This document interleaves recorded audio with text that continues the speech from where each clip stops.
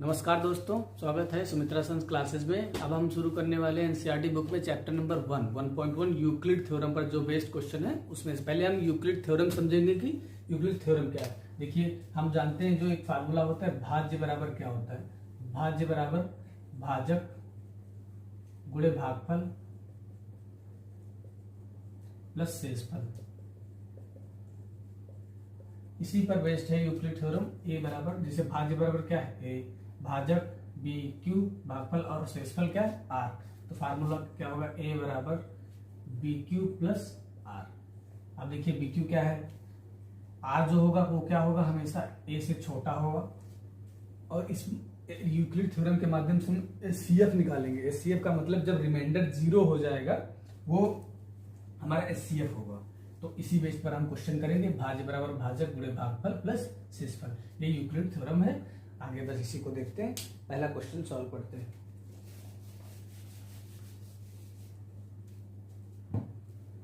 देखिए, हम क्या करेंगे, भाग देंगे, लेकिन भाग छोटे से बड़े को देंगे। इन दोनों में नंबर छोटा कौन सा है 135। तो इसको ए बराबर बी क्यू प्लस आर के फॉर्मेट में लिखते हैं। तो ए बराबर क्या होगा, जो सबसे बड़ा नंबर होगा जिसके माध्यम, तो 255 और हमें 135। अब क्या करना है, 135 से हमें 135 से 255 को भाग करना है। कितनी बार जाएगा 1 कितना रिमाइंडर आएगा 120। तो भागफल कितना आ गया 1 आ गया, 1 जा गया। और शेषफल कितना आया था 120। अब देखिए, अब अगली बार क्या करेंगे हम, अब हम इससे इसको भाग कर लिए। अब हम इस वाले नंबर से इस वाले नंबर को इसमें, इन दोनों में कौन बड़ा है, ये इससे भाग करेंगे। किस 120 से इसको भाग करेंगे, 120 से रिमाइंडर से। अब 120 से 135 को भाग करेंगे, कितना आएगा 135 बन जा। कितना रिमाइंडर आएगा, तो भागफल कितना आया 1। अब इसमें भाज्य क्या हो जाएगा 135 और भाजक हो जाएगा 120 और भागफल आएगा। और शेषफल कितना आएगा 15। अब आइए, अब इसमें देखते हैं भाज्य बराबर क्या होगा 120 और भाजक 15। अब 15 से हम 120 को भाग करेंगे, 15 8 120। भागफल कितना आया और शेषफल कितना आया 0। तो किस नंबर ने इसको कंप्लीट डिवाइड किया, इस नंबर ने। भाजक क्या था 15, तो इसी नंबर ने हम इसको पूरा कंप्लीट डिवाइड कर दिया, जहां पर एचसीएफ कितना आ गया 0 आ गया। तो हम देखेंगे कि पहले का एचसीएफ कितना होगा 15 होगा। एचसीएफ बराबर 15 आंसर होगा। यही बहुत बेसिक कॉन्सेप्ट है, हमको भाग करना है बस। बड़े नंबर को छोटे नंबर से बड़े नंबर को भाग करना है, वो नंबर सामने लिख लेना है जिससे भाग करना है। जो भागफल आएगा मल्टीप्लाई में वो प्लस शेषफल, बस। उसके बाद क्या होगा, नेक्स्ट में आएंगे तो भाज्य बराबर ये नंबर हो जाएगा जिससे हम इसको भाग किए थे, और इस भाजक क्या हो जाएगा ये शेषफल जो इसमें बचा है।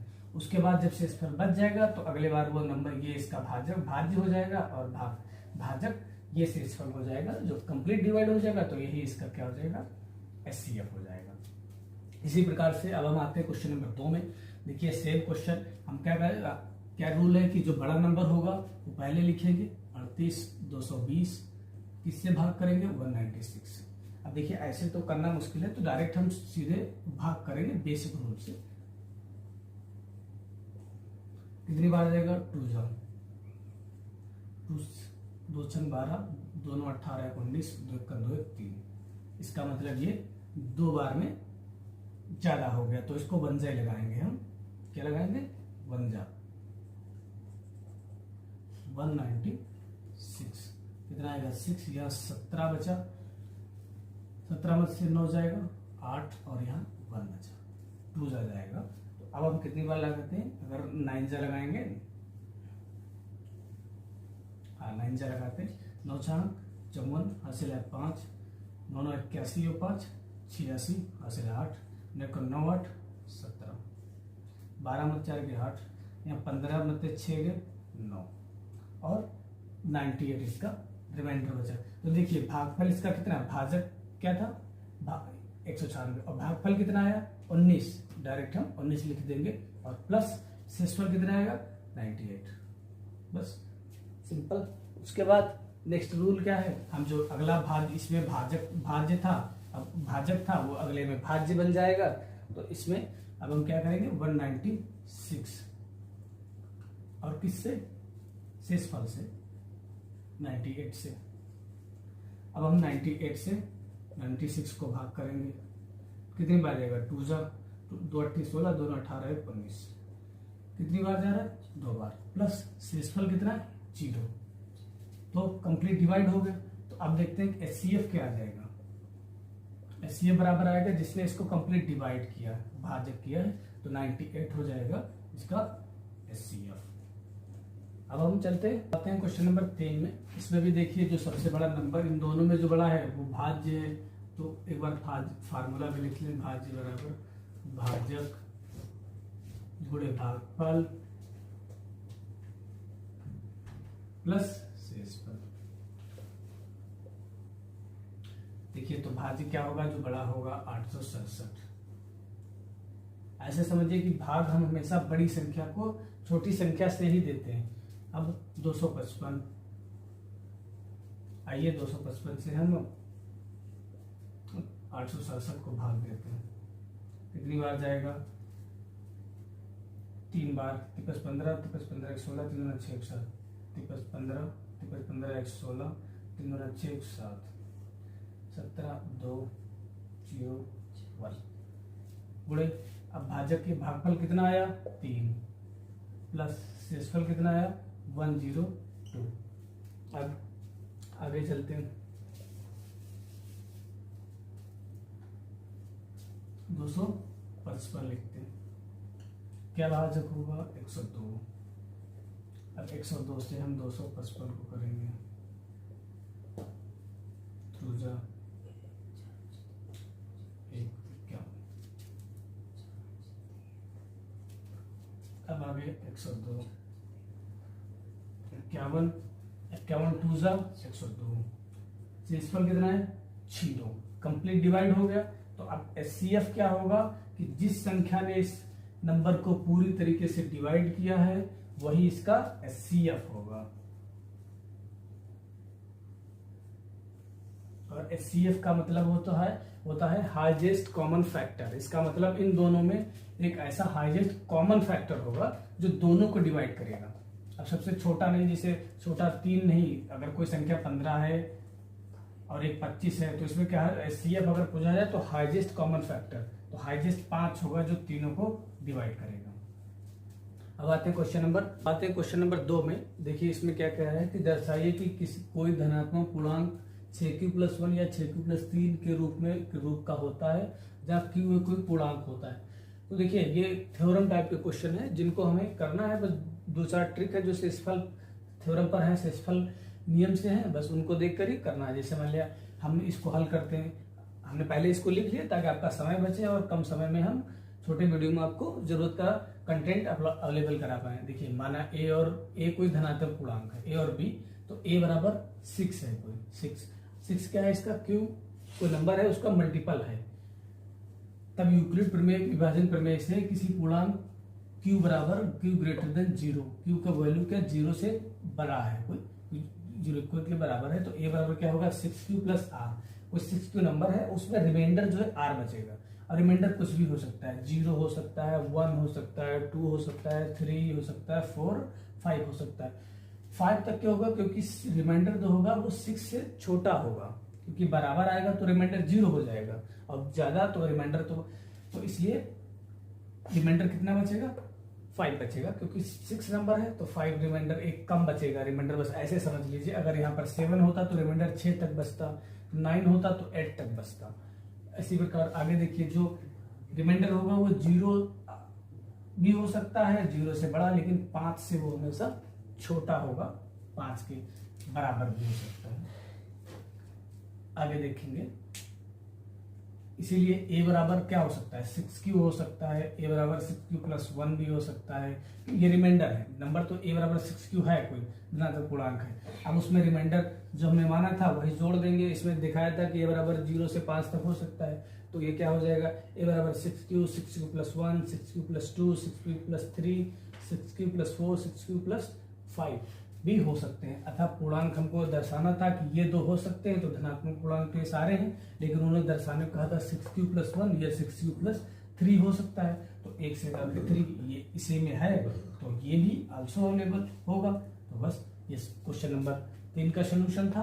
अब आते हैं क्वेश्चन नंबर 2 में था, 2 का था। अब आते हैं क्वेश्चन नंबर 3 में, जिसमें देखिए क्या कह रहा है कि किसी परेड में 6 से 16 सदस्यों वाली एक सेना की टुकड़ी को 32 संख्याओं वाले एक आर्मी बैंड के पीछे परेड करना है, मार्च करना है। दोनों समूहों को समान संख्या में वाले स्तंभों में मार्च करना है। उन स्तंभों की अधिकतम संख्या ज्ञात कीजिए। अधिकतम संख्या मतलब HCF, हाईएस्ट कॉमन फैक्टर ज्ञात कीजिए। हमको HCF ज्ञात करना है। टोटल नंबर कितने हैं? हाईएस्ट नंबर इन दोनों में हम देख लेते कौन है, 616। अब हम 616 को यूक्लिड थ्योरम से डिवाइड करेंगे, तो 32। अब 32 से 616 को 32 दूना 64 हो जाता है, ज्यादा तो 1 जा जाएगा। 11 में से 2 जाएगा 9, 5 बचा, 5 में से गिर गया 2।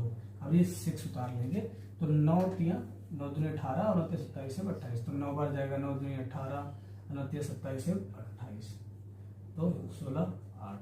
ये भागफल कितना आ गया? 19। और शेषफल कितना आया? 8। फिर आगे चलते हैं अब।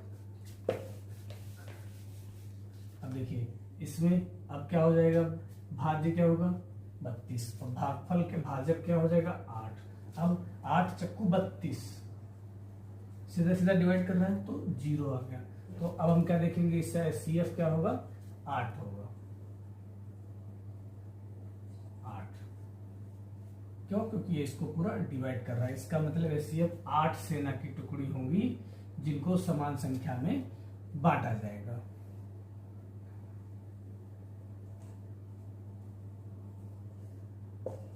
बस सीधे यूक्लिड थ्योरम पर क्वेश्चन था। करने के बाद अब चलते हैं बात है क्वेश्चन नंबर 4 में। इसमें भी देखिए क्या है, यूक्लिड विभाजन प्रयोग कर दर्शाइए कि किसी धनात्मक पूर्णांक का वर्ग किसी पूर्णांक m के लिए 3m या 3m+ का रूप हो सकता है। अब इसमें जैसे पिछले में हमने क्या था कि q बराबर जो रिमाइंडर मान के इसमें उसका उसमें क्या करना है, उसी में आगे स्क्वायर कर देना।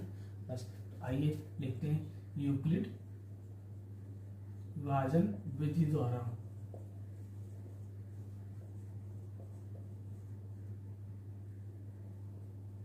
तो मान लिया यूक्लिड विभाजन क्या होता है? PQ+R के फॉर्म में। तो मान लेंगे कोई x बराबर जैसे टर्म है, उन्होंने क्या कहा? 3m, तो x बराबर 3m। अब उन्होंने कहा इसका वर्ग होना चाहिए, कि वर्ग दर्शाना है, तो हम क्या करेंगे? इसका स्क्वायर ले लेंगे। तो x² बराबर क्या हो जाएगा? 9m²। जो रिमाइंडर क्या है? 0 या 0 से बड़ा है और 3m है, तो इसका मतलब कहां तक जाएगा? 2 या 2 से छोटा रहेगा। अब आइए 9m हो गया, तो देखिए इसको क्या लिखते हैं? 3 और 3m²। अब q बराबर क्या हो जाएगा? 3m²। तो क्या हो जाएगा? ये 3q का फॉर्मेट हो गया। अब आगे चलते, अब दूसरा इसमें क्या हो सकता है? 3m+1 3m+2। अब ये हो गया। अब अगला लेवल 3+m लिखते हैं, स्क्वायर m हो गया। अब स्क्वायर करेंगे तो क्या हो जाएगा? 3m+1 का स्क्वायर, तो ये क्या हो जाएगा? 9m² प्लस a+b का होल स्क्वायर खोलेंगे 1 + 6m। तो देखो m² को बगल में लिख लेते हैं 6m+1। अब यहाँ से हम 3m कॉमन ले लेंगे, 3 कॉमन ले लेंगे, तो क्या बचेगा? 3m² + 2m + 1। अब यहाँ पर q बराबर क्या हो जाएगा? 3m² + 2m, तो ये क्या हो जाएगा? 3q + 1। तो हमें 2 तक लिखना था, तो हम 2 तक लिख रहे हैं। 3m या 3+1 के रूप का ही होता है। अगर हमको ये 3+2 तक करता तो हम फॉर्मेट चेक करते कि ये 3q + 1 के फॉर्मेट q+1 के फॉर्मेट में आ रहा है या नहीं आ रहा है रिमाइंडर तक। लेकिन हमें सिर्फ 2 तक कहा था, तो हमने 2 निकाल लिए। बस 2 ही निकालने थे हमको। आते हैं क्वेश्चन नंबर 5 में, जिसमें देखेंगे क्या है, यूक्लिड विभाजन का प्रयोग कर दर्शाइए कि किसी धनात्मक पूर्णांक का घन 9m+1 या 9n+8 के रूप का होता है। तो हम देखिए मान लिया, माना a कोई धनात्मक पूर्णांक है और b बराबर 3। देखो b बराबर हमने 3 क्यों मान लिया, ताकि जो है नंबर वो छोटा और कम में हो जाए। जिसके अलावा जैसे मान लिया आप जानते हैं कि 3 का क्यूब करेंगे तो 27 आता है, और 27 में से अगर 3 कॉमन लेंगे तो 9 बचेगा, क्योंकि हमको m को 9 के मल्टीपल में लाना है। क्योंकि फॉर्मेट क्या है आप जानते हैं, 3q+1 में क्वेश्चन नंबर जो 4 वाला है उसमें हिंट भी दी है कि q इस फॉर्मेट में हमको लाना है, ताकि m को ऐसे दिखाना है। तो उसके लिए बेस्ट वे क्या है कि हम b बराबर कितना माने 3 माने। तो देखिए क्या यूक्लिड प्रमेय आप जानते हैं, a बराबर क्या है bq+r, और रिमाइंडर क्या होगा 0 से r के छोटा होगा r से। तो r कितना है, b बराबर कितना है, b से छोटा होना चाहिए, तो b बराबर कितना है 3 है।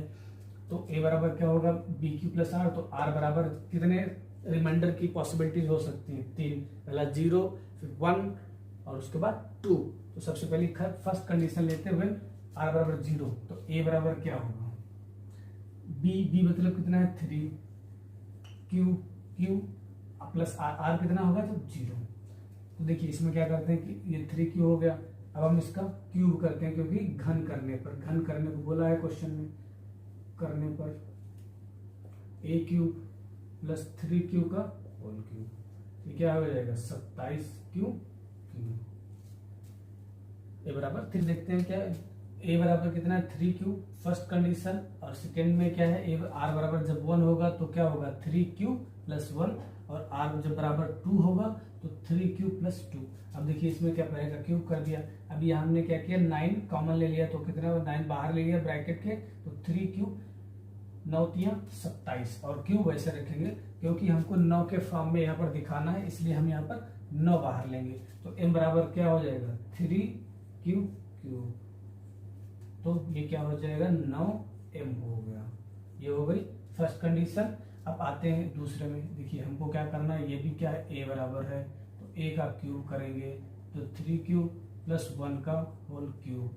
अब आइए 3 का क्यूब कितना होता है 27q cube + 1 plus a³ + b³ + 3ab, 3q × 1 bracket क्या होता है 3q + 1 a + b, तो क्या होगा 27q क्यूब + 1 प्लस 3 × 9 और 9 × 27q² और प्लस 3 × 9q। अब इसको हम स्प्लिट कर लेते हैं, इसको ऐसे a बराबर क्या हो जाएगा, देखो एक पास लिख लेते हैं 27 वाली value q³ + 27q² plus 9q + 1। अब देखिए इसमें से हम क्या करते हैं 9 बाहर ले लेते हैं ब्रैकेट के, तो क्या हो जाएगा 3q³ 3q² plus q bracket + 1। अब m बराबर क्या हो जाएगा 3q³ + 3q² प्लस q, तो यहाँ कितना बचा 9m + 1, ये a बराबर इसके बचा।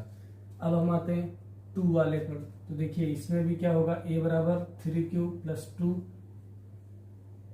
अब इसका क्यूब होगा तो ये भी क्यूब हो जाएगा, तो 3 × 9 = 27 q³ + 8 plus 3 × 3q × 2 bracket 3q + 2। ये क्यों है, क्योंकि आप जानते हैं a + b का होल क्यूब का फॉर्मूला क्या होता है a³ + b³ + 3ab bracket a + b। अब देखिए 27q³ प्लस 3 × 9 9 9 दूनी 18, तो 18 × 54 q² प्लस 3 × 9 दूनी 18 दूनी 36q।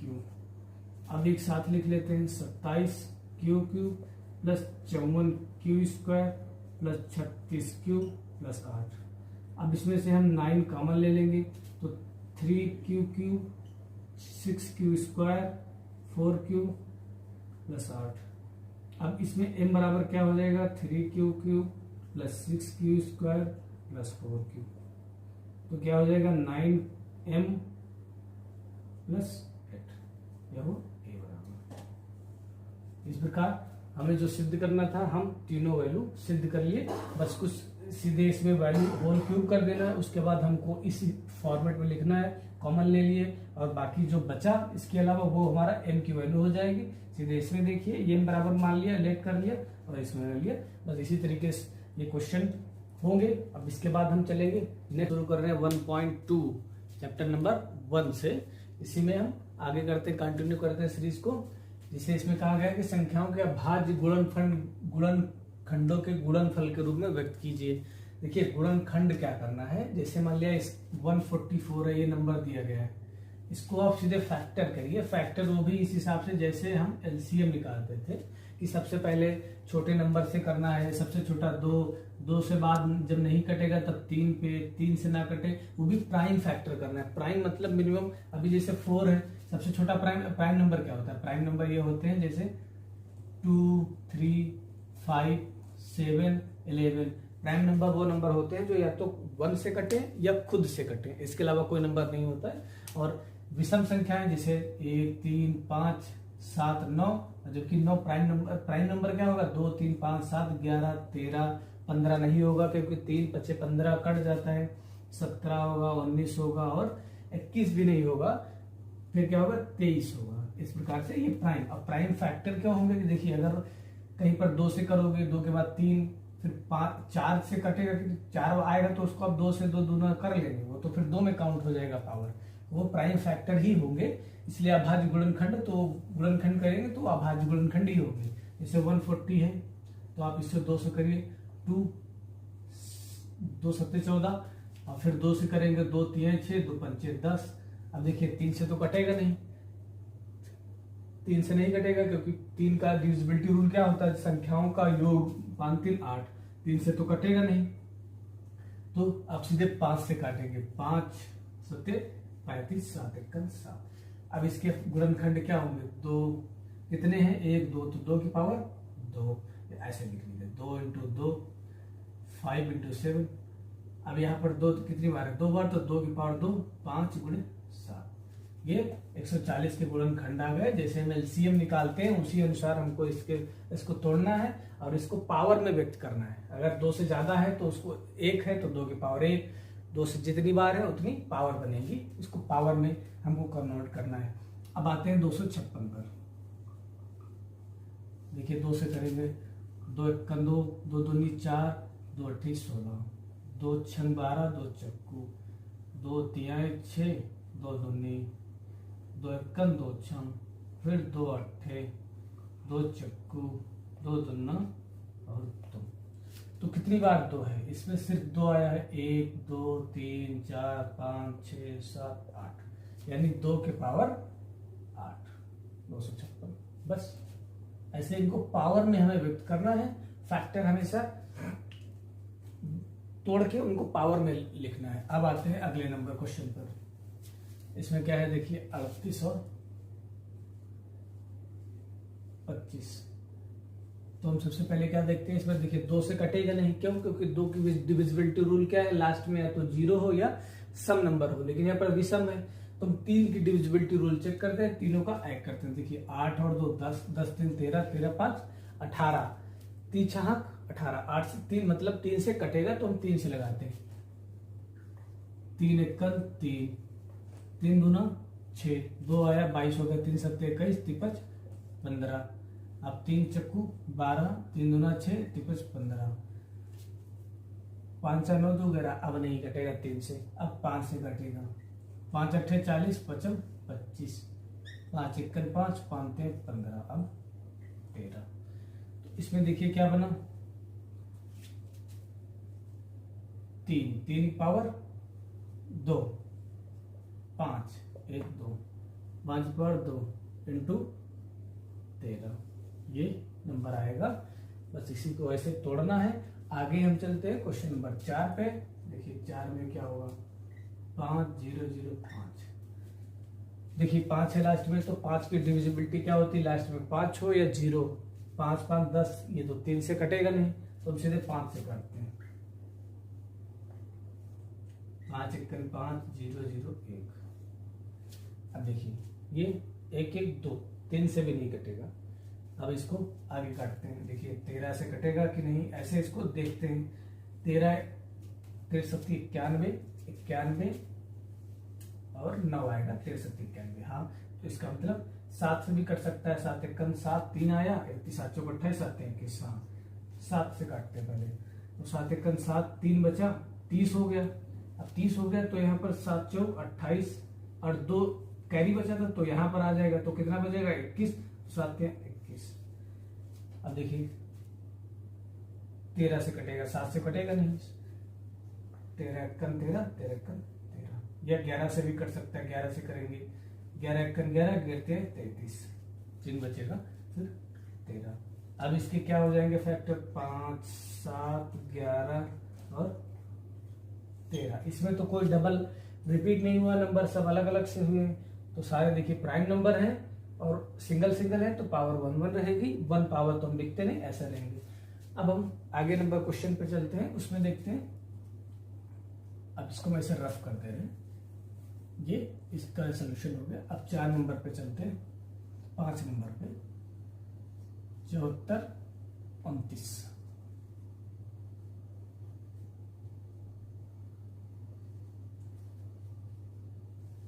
अब देखिए पहले इनको ऐड करते हैं, 7 4 11 2 13, 13 9 22, 22 3 से नहीं कटेगा, तो हम इसको 7 से देखते हैं। देखिए 7 एकम 7, 7 छंग 42 और 9 है, तो 7 से भी नहीं कटेगा। 11 से हम देखते हैं, 11 का डिविजिबिलिटी रूल हमने क्या बताया था कि सम संख्याओं का योग विषम संख्याओं के योग से माइनस होगा, तो सम प्लेसेस का वैल्यू 7 2 9 माइनस 9 4 13 बराबर या तो 0 है या 11 का मल्टीपल है, जो कि ना कोई 0 के बराबर है ना 13, तो इसका मतलब ये नंबर 13 से भी नहीं कटेगा। अब हम चलते हैं, 11 से भी नहीं कटेगा। अब हम 13 पर आते हैं। देखिए 13 चक्कू 52, 13 बचे 65, 65 जाएगा 5 बार, और ये 9 13 सत्ती 91 और 19 बचेगा 13 कम 13, इसका मतलब 13 से भी नहीं कटेगा। 15 से कटेगा नहीं, क्योंकि 5 और 3 से नहीं कटेगा। अब आते हैं 17 पे, 17 क्या 17 चुको 68, 17 चुको 68, तो 68 चला गया, कितना है 74, 6 बचा, 13 चुको 52, 6 बचा 62 52, 13 9 13 बचा, 13 से भी नहीं कटेगा। 15 17 से काटते हैं इसको, 17 17 51, 17 चुको 68, 68 चला गया, 17 चुको 68 और कितना बड़ा 68 6 और 17 चुको 17 51 51 और 51 में कितना बढ़ेगा 11 और 17 119 कट जाएगा 17 से। ऐसे ना बने तो आप सीधे ऐसे 17 लिखिए, 17 से 74 और 29 को भाग दे दीजिए, तो 17 51 नहीं 17 चक्कू 68, 14 में तो 6, 14 में से 8 गया 6, फिर 17 51 1 1 17 7 19, देखिए 17 से कट गया, तो इसका मतलब 17 से काटेंगे कितना आएगा 437। अब ये कटेगा कि नहीं 17 से, ये भी देखते हैं। 17 में 34 2 बार जाएगा, 34 कितना बचेगा 34 9 बचेगा, और 17 से भी नहीं कटेगा। 19 दूना 38, 38 जब जाएगा तो 29 57, तो इसका मतलब 19 से कटेगा। 19 दूना 38 और 38 5 43 होता है, तो यहाँ पर कितना हो जाएगा 57 अब ये कितनी बार जाएगा 23 हो जाए 23। तो इसके क्या फैक्टर है 17 19 और 23। अब देखिए सारे प्राइम नंबर ही होंगे जो सारे फैक्टर होंगे। अब क्वेश्चन नंबर 1 के सारे क्वेश्चन हो गए। अब देखते क्वेश्चन नंबर 2, इसमें क्या कह रहे हैं पूर्णांकों के निग्म युग्मों के एचसीएफ और एलसीएम ज्ञात करो। ज्ञात करो कि दो संख्याओं का गुणनफल एचसीएफ इंटू एलसीएम के बराबर है। देखिए सबसे पहले तो हम एलसीएम और एचसीएफ देखते हैं। देखिए एलसीएम का मतलब होता है लीस्ट कॉमन फैक्टर। इसका मतलब ऐसे समझिए कि दो संख्याओं जैसे 2 हैं या 3 संख्याओं, उसमें सबसे छोटा लीस्ट सबसे छोटा कॉमन फैक्टर क्या होगा जो दोनों में है, बाकी संख्याओं में सेम है। और एचसीएफ देखते हैं। एचसीएफ का मतलब होता है हाईएस्ट कॉमन फैक्टर।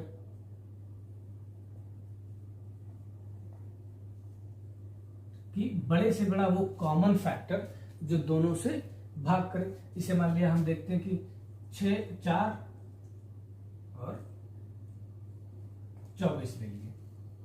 तो देखिए इसमें से अगर एलसीएम ज्ञात करना होगा तो लीस्ट पहले दोनों से कॉमन जो कुछ रेस्ट बचेगा वो भी लिख लेना है, जो कॉमन होगा वो एक बार लिखना है। एचसीएफ करेंगे तो इसका हाईएस्ट कॉमन फैक्टर होना चाहिए, जैसे 4 एकम 4, 4 छंग 24 डिवाइड होगा तो कर देगा पूरा, तो 4 इसका एचसीएफ हो जाएगा। इसी प्रकार से ये क्वेश्चन हमें लगाना है। और उसके अलावा ये एक फार्मूला भी होता है कि दो संख्याओं, पहली संख्या, आगे ये क्वेश्चन आएगा, पहली संख्या गुणे दूसरी संख्या बराबर एलसीएम गुणे एचसीएफ। ये फार्मूला होता है जो आपको आगे वाले क्वेश्चन में आएगा, तो आप इस वाले फार्मूले को लिख लें। उसी प्रकार से हम पहले अब चलते हैं एचसीएम और एलसीएम निकालने। देखिए पहले हम ऐसे दोनों बड़े बेसिक और बड़े साधारण तरीके से करते हैं, ऐसे 26 और ऐसे 91 हमने लिख लिए। अब हम उसको क्या करते हैं, 26 को यहाँ पर ऐसे फैक्टर कर लेंगे, 2 एकम 2, 2 3 6। अब 13 एकम 13, 13 तो कटेगा नहीं, किसी से प्राइम नंबर है, तो हम 26 के आगे क्या लिखते हैं, 2 × 13। अब आते हैं 91। हम जानते हैं, देखिए 13 सत्ती 91, छोटा नंबर है, इसी को हम टेबल के अनुसार ही जानते हैं। तो 13 के नीचे हम 13 लिख लेंगे। अब देखिए 7 आगे तो है नहीं, तो हम ऐसे साइड में इसको 7 लिख लेंगे। अब ऐसे लाइन खींच लेते हैं। अब यहाँ पर लिख लेते हैं एलसीएम और इसके नीचे एचसीएफ। अब देखिए एलसीएम में क्या होता है, जो कॉमन है, जैसे 2 है 2 लिख लिए, 13 दोनों में कॉमन है तो एक बार 13 लिख लिए और बचा 7, ये एलसीएम हो गया।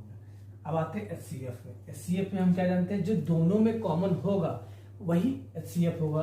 दोनों में कॉमन कौन है, सिर्फ 13। 2 यहाँ पर नहीं है, 7 सिर्फ यहाँ पर है, जो एचसीएफ में नहीं काउंट होगा, एलसीएम में एचसीएफ में काउंट नहीं होगा, वो एलसीएम में काउंट होगा। ये हो गया एलसीएम और ये हो गया एचसीएफ। अब इसकी मल्टीप्लाई करते हैं, 13 सत्ती 91 दूना गुणे 2 क्या हो जाएगा, 2 × 2 2 × 18 182 और ये 13। अब उन्होंने कहा है कि जो हमने फार्मूला बताया था, पहली संख्या गुणे दूसरी संख्या बराबर एलसीएम × एचसीएफ, तो मैंने कहा दो संख्याओं का गुणनफल। मान लिया ये दो संख्याएं, ये जो दो संख्याएं दी गई थी वही संख्याएं, इनका गुणनफल 26 × 91 बराबर एचसीएफ × एलसीएम। एलसीएम कितना है 182 और एलसीएम एचसीएफ कितना है 17। अब देखो हम सिंपल वे में इसकी मल्टीप्लाई करते हैं, 91 और 26, 6 × 6 6 9 54, 2 × 2 2 9 18, 6 4 2 6 8 5 13 और 2, ये कितना आ गया 23 और 66। अब इसको देखते हैं, 17 दूनी 34, नहीं 17 नहीं, एचसीएफ तो 13 है ना, 13 13 13 13 स्टिल 13 दूनी 26, कैरी गया 2, 13 ठीक 104 और 2 106, हासिल है 10, 13 × 13 और 10 23। तो देखिए ये दोनों संख्याएं क्या हो गई, जिन दोनों संख्याओं का मल्टीप्लाई और एचसीएफ × एलसीएम मल्टीप्लाई किया बराबर आ गया। इसका मतलब जो हमको जांच करनी थी, तो पहले वाले में हम क्या लिखेंगे, जांच करो कि दोनों बराबर है, तो बराबर हो जाएगा। बस सिंपल वे में हमको लिखना है, 26 के फैक्टर कर लेंगे, 91 के कर लेंगे फैक्टर, सेम फैक्टर के नीचे सेम रखेंगे, बाकी को साइड रखेंगे और उसके बाद एलसीएम और एलसीएफ ले लेंगे। बहुत ज्यादा कॉम्प्लिकेटेड नहीं बनाना है, साइड में गैप दे दे के हमको लिखना है ताकि ओवरलैप ना हो और इसके चक्कर में कैलकुलेशन गलत ना हो। अब आते हैं दूसरे वाले क्वेश्चन पे। तो हम पहले 510 जो है इसके ऐसे साइड में फैक्टर कर लेंगे, 2 से करेंगे, 2 दूना 4, 1 कैरी गया, यहाँ से बचा वो आज 11, एक के आगे आ गया 11 बन गया, 2 पंचे 10, 10 11 बना था, 1 ज्यादा है तो 0 के आगे 2 पंचे 10।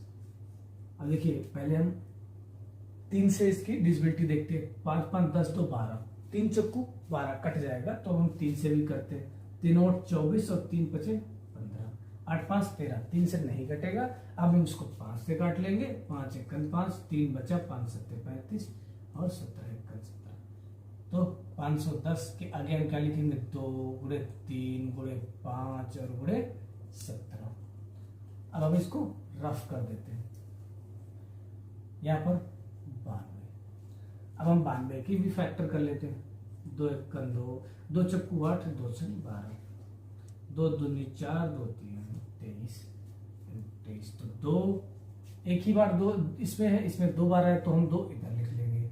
और उसके अलावा 23 आया, देखिए 23 इसमें कहीं नहीं है तो हम इस 23 को इधर मल्टीप्लाई करके ऐसे लिख लेंगे ताकि हमें एचसीएफ और एलसीएम निकालने में गड़बड़ ना हो। तो हम ऐसे लाइन खींच देंगे, यहाँ पर एलसीएम लिख लेंगे। एलसीएम में देखिए 2 कॉमन लिख लिया, ऊपर 3 5 17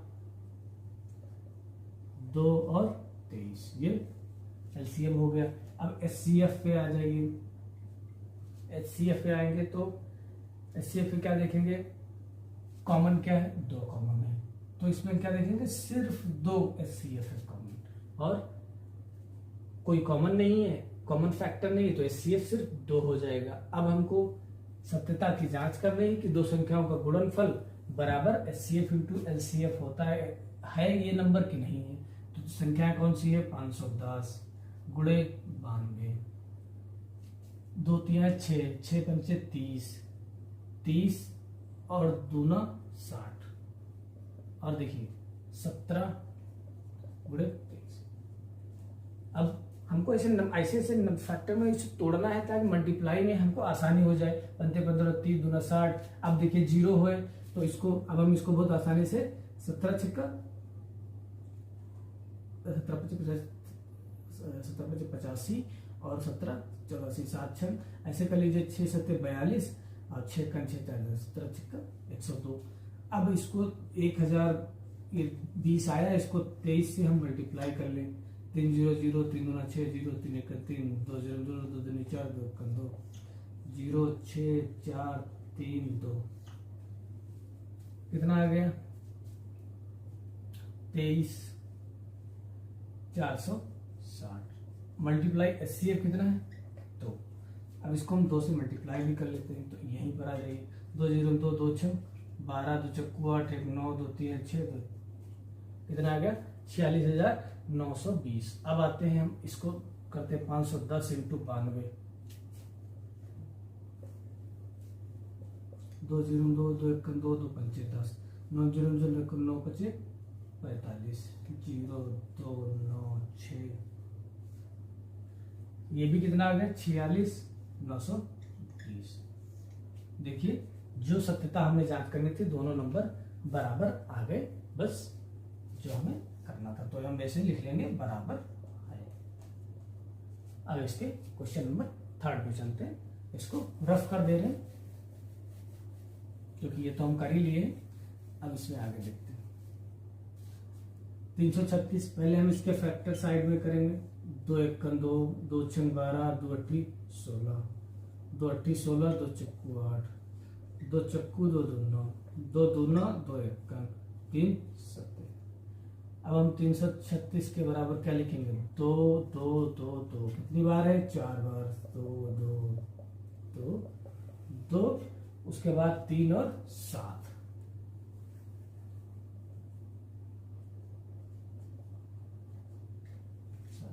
अब 54 को करते हैं। 2 2 4 2 7 14 3 9 3 3 54 का 9 छाप 54 होता है, हम सीधे ऐसे समझते हैं। 6 2 1 3 हो गया। अब 3 बच गया, जो 3 2 बार बचे हैं उनको हम ऐसे यहाँ पर साइड में लिख लेते हैं। लाइन खींच लिए। हमें एलसीएम और एचसीएफ ज्ञात करना है। देखिए एलसीएम में क्या होगा, 2 ये 2 2 3 बार ये 2 उतार लेते हैं ऐसे, 4 बार 2 फिर 3 ये 2 भी लिख लेते हैं। 3 3 इंटू 7। एचसीएफ क्या होगा, 2 होगा और 3 होगा, बस यही एचसीएफ होगा। और जो एचसीएफ होगा आप उसको देखेंगे कि वो एचसीएफ पूरा इस नंबर को डिवाइड करेगा, वो भी दोनों कॉमन हाईएस्ट फैक्टर होगा। इससे 2 3 6 होगा। 6 9 54 6 5 30 6 6 36 दोनों नंबर को डिवाइड किया है। अब देखिए अब इसका मल्टीप्लाई करें। 2 2 4 2 8 2 16 16 3 48 3 3 9 7 3 3 9 7 63 अब इसको मल्टीप्लाई कर ले तो क्या हो जाएगा, 8 3 24, 8 से 48 और 2 50, 4 3 12, 4 से 24 25, 4 2 5 5 10, कितना हो गया 30 और 24। अब इस नंबर को क्या लिखते हैं, दो संख्याएं का गुणनफल बराबर HCF इंटू LCM। तो HCF कितना है 6 और नंबर कितना है 30 24, संख्याएं कितनी है 336 गुणे 54। अब देखिए 6 चौक 24, 6 दूनी 12 2 14, 6 3 18, ये इस तरफ हो गया। अब हम ये इधर मल्टीप्लाई करके देखते हैं, 336 इंटू 54, 4 छंग 24, 4 ते 12 2 14, 4 3 12 1 13, 5 6 का 30, 5 ते 15 3 18, 5 ते 15 16, 4 4 8 3 11, 7 1 8, 18,144, जो कि ये भी बराबर है। तो हमने इसमें भी सिद्ध कर दिया जांच ये कि दोनों संख्याओं का गुणनफल बराबर HCF इंटू LCM। इस प्रकार दो क्वेश्चन कंप्लीट हो गए। अब आगे देखते हैं 1.2 का क्वेश्चन नंबर 3 करने जा रहे हैं, जो कि अभाज्य गुणनखंड विधि द्वारा पूर्णांकों के HCF और LCM ज्ञात करना है। तो सबसे पहले हमें फैक्टर करने हैं अभाज्य गुणनखंड, जो हमने पिछले वीडियो में बताया है क्वेश्चंस में। उनकी ट्रिक वो क्या है कि हमें अभाज्य गुणनखंड विधि के फैक्टर, देखिए अभाज्य गुणनखंड मतलब ये है कि जैसे मान लिया हम 12 के फैक्टर करेंगे, प्राइम फैक्टर जो होंगे वो ये अभाज्य गुणनखंड है, प्राइम गुणनखंड। तो सबसे पहले हम 2 से करेंगे, तो फैक्टर ऐसे होगा 2 छन 12, फिर 2 3 6 और 3 1 3। अब देखिए होगा क्या कि जो सारे देखिए नंबर प्राइम ही आएंगे, 2 2 3, 2 क्या है सबसे छोटा प्राइम नंबर है। तो हमको क्या करना है, पहले उनके फैक्टर लिख लेने हर एक नंबर के।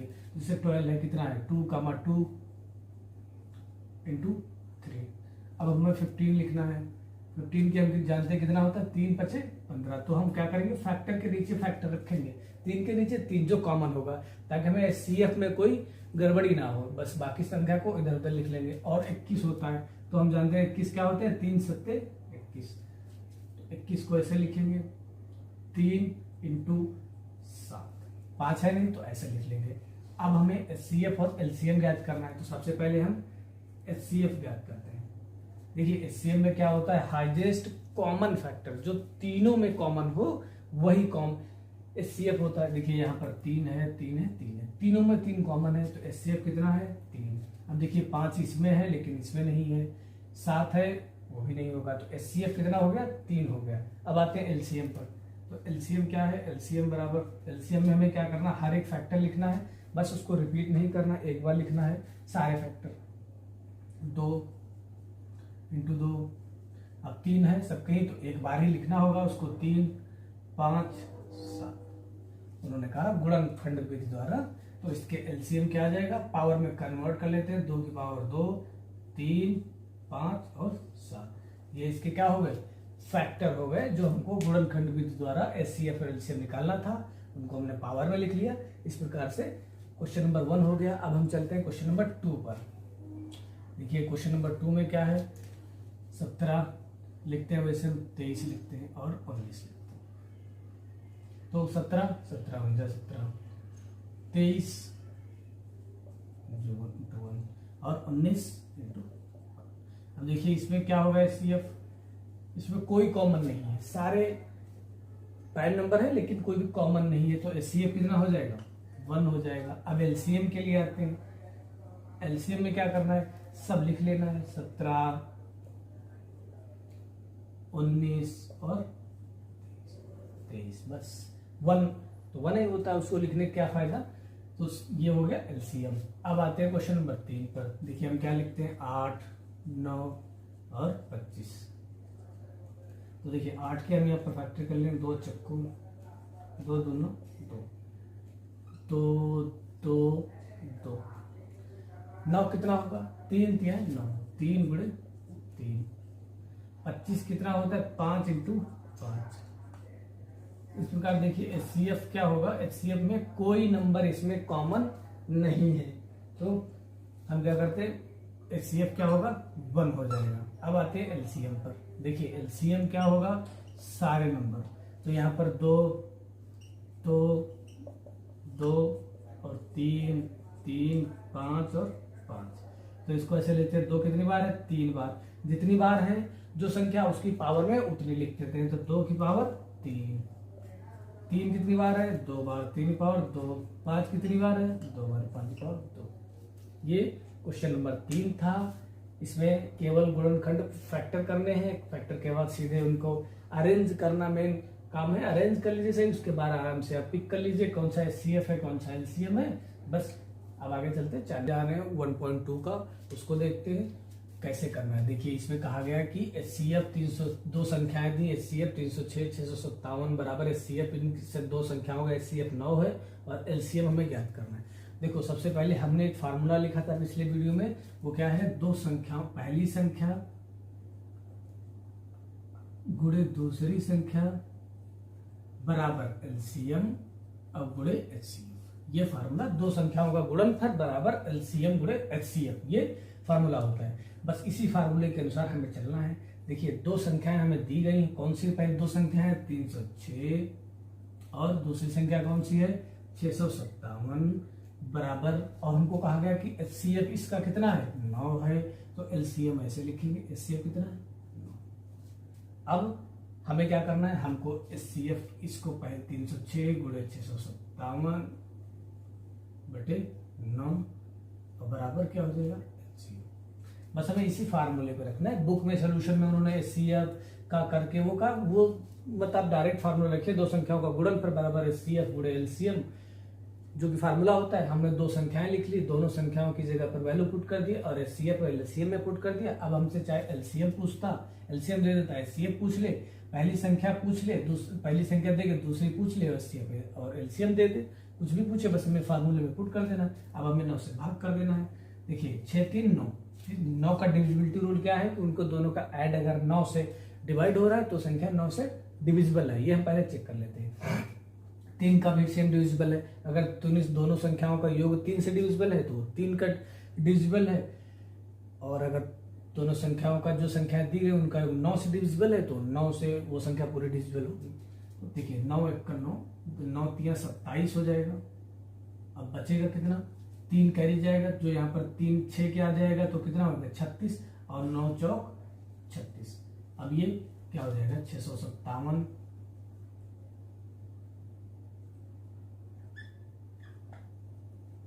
गुणे 34 बराबर क्या हो जाएगा? एलसीएम हो जाएगा।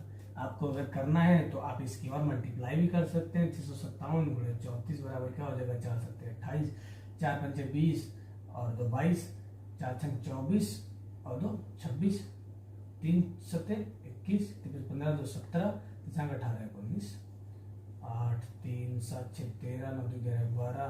तो एलसीएम बराबर क्या हो जाएगा? 22 3 3 8 बराबर एलसीएम हो गया। जो बिल्कुल हमको फार्मूले में वैल्यू पुट करना है उसी का हमारा आंसर आ जाएगा। और अगर आप नए हैं चैनल पे तो हमारे चैनल को सब्सक्राइब कर लें ताकि नया वीडियो जब आए तो आपको नोटिफिकेशन मिल जाए। धन्यवाद। इस पे देखते हैं क्या है कि जांच कीजिए कि क्या किसी प्राकृतिक संख्या n के लिए संख्या 6 की पावर n अंक 0 पर समाप्त हो सकती है? नहीं समाप्त हो सकती है, तो इसका आंसर होगा नहीं। लेकिन कैसे, ये हमें जांच करना और दिखाना है। जैसे मान लिया हम देखते हैं कोई भी अंक जो दिखाते हैं, यदि 6 की पावर अंक 6 की पावर n से के इकाई का अंक इकाई अंक 0 है तो वह संख्या, देखिए 6 की अगर कोई भी संख्या है जिसका इकाई का अंक 0 है, जैसे मान लिया कोई भी संख्या ये लिखी है, तो हमने देखा था कि जो डिविजिबिलिटी रूल है कि 0 वाली संख्या क्या है, वो सम संख्या 2 से विभाज्य होगी और 5 से भी विभाज्य होगी। तो हमें क्या लिखना है कि वह संख्या 5 से विभाज्य होगी। 5 तो वह संख्या 5 से विभाज्य होगी या गुणनखंड होगा, उसका गुणनखंड होगा। एक चीज हमें अब आगे देखते हैं। जैसे मान लिया 6 की पावर n है, लिखेंगे इसलिए 6 की पावर n है तो इसको क्या लिखेंगे? 6 की पावर, इसके फैक्टर हम जानते हैं। जैसे मान लिया कोई भी नंबर 12 है, 12 क्या है उसको हम तोड़ सकते हैं, 4 3 12 अब 12 4 को 2 गुणे 2 गुणे 3, उसके हम ऐसे फैक्टर करेंगे और वो स्प्लिट होगी फैक्टर्स में, बड़ी कोई भी बड़ी संख्या है। जैसे मान लिया अब 6 है तो 6 को क्या लिखते हैं 2 गुणे 3, और क्योंकि पावर 6 की n है तो इसलिए इसकी भी पावर n होगा, तो 2 की पावर n 3 की पावर n, तो इसका मतलब 6 की पावर 6 के क्या है फैक्टर है, और फैक्टर पर वो कोई भी संख्या उसके फैक्टर है तो वो 0 नहीं हो सकती है, इसलिए 6 की पावर इकाई का अंक 0 नहीं हो सकता है। तो आगे हम लिख लेते हैं इसीलिए 6 की पावर n अंक 0 पर समाप्त नहीं होगा।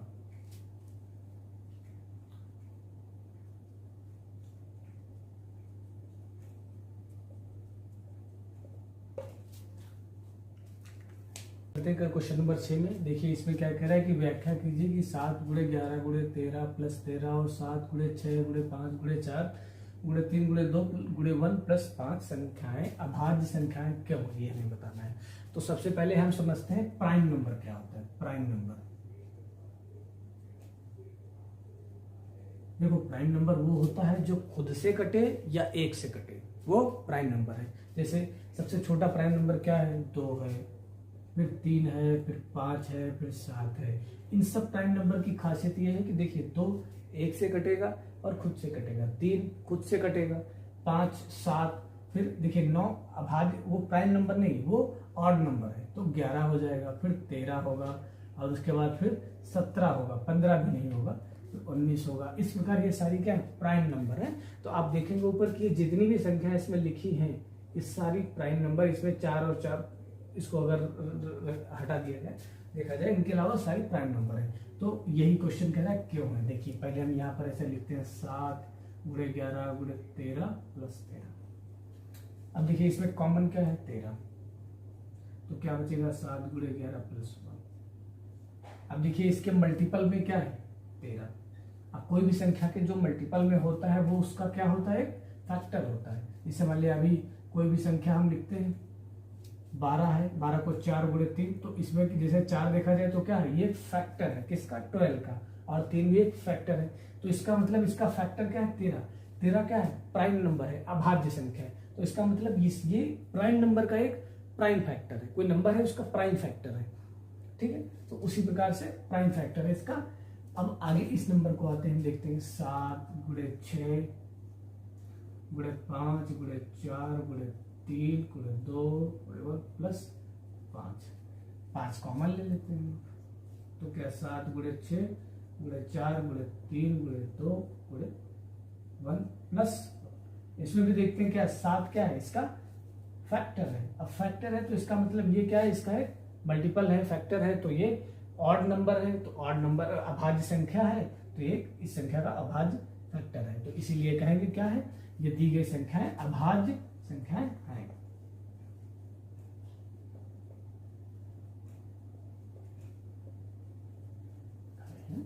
सात पर जो कि आखिरी क्वेश्चन है।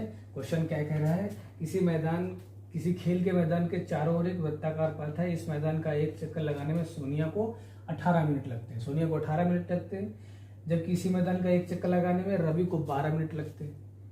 दोनों एक साथ एक ही स्थान से चलना प्रारंभ करते हैं, कितने समय बाद वो पुनः मिलेंगे। जैसे मान लिया कोई वृत्ताकार खेल का मैदान है, वृत्ताकार,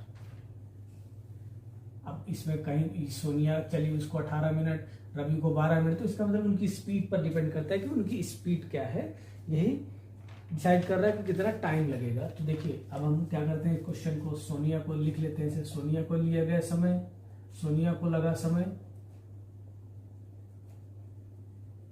बराबर 18 मिनट, अब रवि को लगा समय 12 मिनट लगा। अब हम क्या करते हैं इसके फैक्टर लगा लेते हैं, क्योंकि हम जो चैप्टर पढ़ रहे हैं रियल नंबर उसमें फैक्टर वाला कॉन्सेप्ट है, तो इसमें हम फैक्टर करके करेंगे, वरना इसको डायरेक्ट भी किया जा सकता है, लेकिन हम इसको फैक्टर करके करेंगे। जिसे हम 18 लिखेंगे, तो हम यहाँ पर 18 के पहले फैक्टर कर ले, 2 9 18, अब 9 3 3 9 3 31, अब ऐसे लिख लेते हैं 2 गुणे 3 गुणे 3। अब क्या आगे है 12 के हम क्या करेंगे फैक्टर, 2 6 12 2 3 3, तो यहाँ पर 12 लिखते हैं। अब देखिए हम क्या करते हैं, नंबर के नीचे सेम वैल्यू लिखेंगे, जिससे 2 है तो इसके 2 के नीचे 2 लिख लिए। अब दूसरा 2 नहीं है तो हम इस 2 को इधर लिख लिए। अब एक 3 है, अब एक 3 भी नहीं, तो बस अब हमें क्या करना है, इसका एलसीएम लेना है। एलसीएम लेना है क्यों, कितने समय बाद फिर मिलेंगे। तो एलसीएम क्या होगा, 2 3 फिर 3 और 2, जितने नंबर हैं सबको लिख लेना है। बस ये है कि एलसीएम ले रहे हैं तो एक बार दोनों कॉमन में से एक बार वैल्यू लिखी जाएगी। क्या करेंगे, 2 2 3 6, 6 3 18 दूनी 36। तो दोनों कब मिलेंगे, दोनों 36 मिनट बाद पुनः मिलेंगे। इस प्रकार 7वां क्वेश्चन हो गया। अब 2.3 एक्सरसाइज पे, जिसमें हम क्वेश्चन नंबर 1 देखेंगे। क्या है कि सिद्ध करो कि √5 एक अपरिमेय संख्या है। देखिए अपरिमेय संख्या क्या मतलब, पहले हम देखते हैं परिमेय संख्या क्या होती है। परिमेय संख्या जो a/b यानी जैसे 4/5 या 3/5 ऐसी संख्या है, ये क्या परिमेय संख्या है। अब अपरिमेय संख्या वो होती है जो रूट में होती है, ऐसे मान लिया, या जैसे 3 की पावर 2/3, 4 की पावर 5/6, इस प्रकार जो संख्या होती है वो अपरिमेय संख्या होती है। परिमेय संख्या a/p की जो फॉर्म में है वो परिमेय संख्या है। अब देखिए जैसे कह रहा है कि √5 एक अपरिमेय संख्या है, हमें सिद्ध करना है। तो हम इसके उल्टा मान लेते हैं कि माना कि √5 एक परिमेय संख्या है। ये हमने माना है कि √5 एक परिमेय संख्या। अब हम इसको मान के उल्टा गलत साबित कर देंगे कि √5 एक परिमेय संख्या नहीं है, इसका मतलब ये एक अपरिमेय संख्या है। तब हमने मान लिया कि √5 एक अपरिमेय संख्या है जिसके 2 पूर्णांक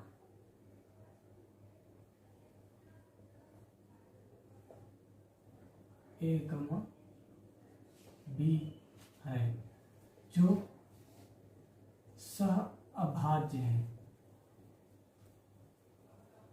देखिए सहअभाज्य इंग्लिश में कहते हैं को-प्राइम। को-प्राइम का मतलब प्राइम वो होता है जिसका कि एक कॉमन हो या खुद एक कॉमन हो, खुद से कटे या एक से कटे। लेकिन सहअभाज्य का मतलब है कि 2 कोई नंबर हैं जिनका फैक्टर जो होगा 1 होगा, कॉमन फैक्टर 1 होगा, यानी दोनों संख्याएं प्राइम सहअभाज्य होंगी जिनका केवल एक फैक्टर होगा, एक खुद फैक्टर होगा, एक कॉमन होगा सिर्फ।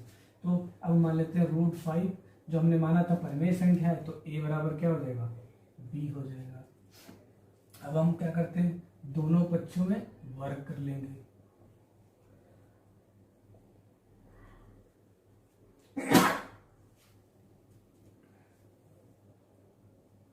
वर्ग करने पर अब जब वर्ग करेंगे तो √5 का स्क्वायर बराबर a/b का स्क्वायर।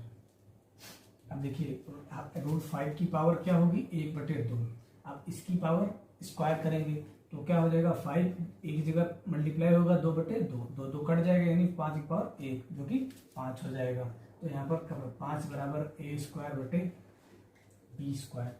ठीक है, तो अब हम क्या करते हैं, b² बराबर क्या हो जाएगा, b² बराबर हो जाएगा a²/5। a² बराबर 5 हो जाएगा। इसमें क्या, अब इसको क्या कहते हैं कि a² का एक गुणनखंड 5 से विभाजित करके, इसका मतलब ये क्या है, a² का एक फैक्टर है, गुणनखंड है। तो क्या लिखेंगे, a² का एक गुणनखंड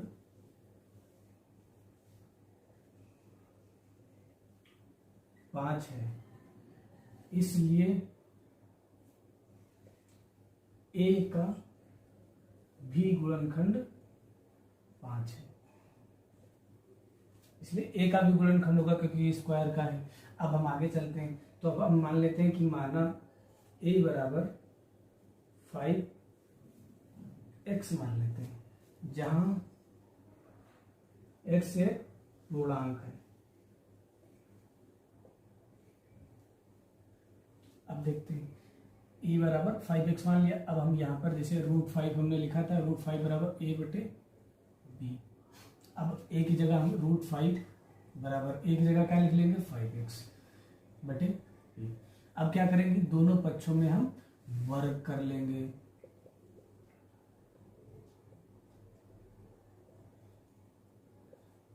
वर्ग करने पर तो क्या हो जाएगा, √5 का स्क्वायर बराबर 5x बटे b का होल स्क्वायर। हमने देखा √5 का स्क्वायर क्या होगा, 5। इस तरह की पावर 1/2, 2 से कट जाएगा तो 5 1 बचेगा, 5 पावर 1। ये क्या हो जाएगा, 25x² बटे b स्क्वायर। अब b स्क्वायर बराबर क्या हो जाएगा, 25/5x²। अब क्या हो जाएगा, b स्क्वायर बराबर 5x²। ठीक है, अब b बराबर क्या आ गया, 5x²। तो x बराबर क्या आ जाएगा, x स्क्वायर बराबर क्या आ जाएगा, x स्क्वायर बराबर क्या हो जाएगा कि b स्क्वायर बटे 5। अब देखिए b स्क्वायर बटे 5 तो हम क्या लिख लेंगे, जहां b स्क्वायर का एक गुणनखंड 5 है, b स्क्वायर का, तो b का भी एक गुणनखंड 5 होगा। अब देखिए a का भी गुणनखंड 5 है और b का भी गुणनखंड 5 है।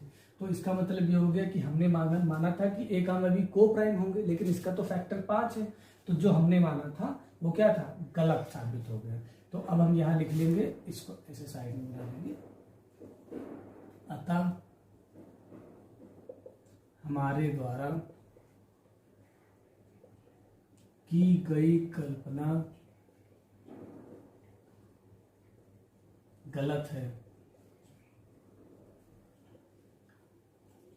a, b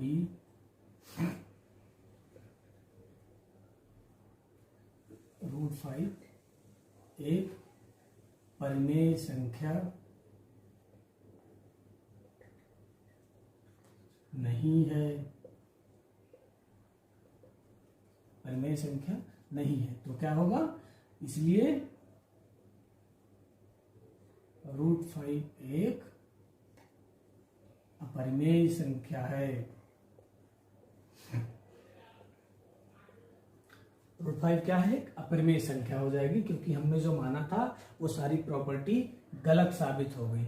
इसलिए हमने उसका माना उल्टा जो था वो अब क्या हो जाएगा कि √5 एक अपरिमेय संख्या है।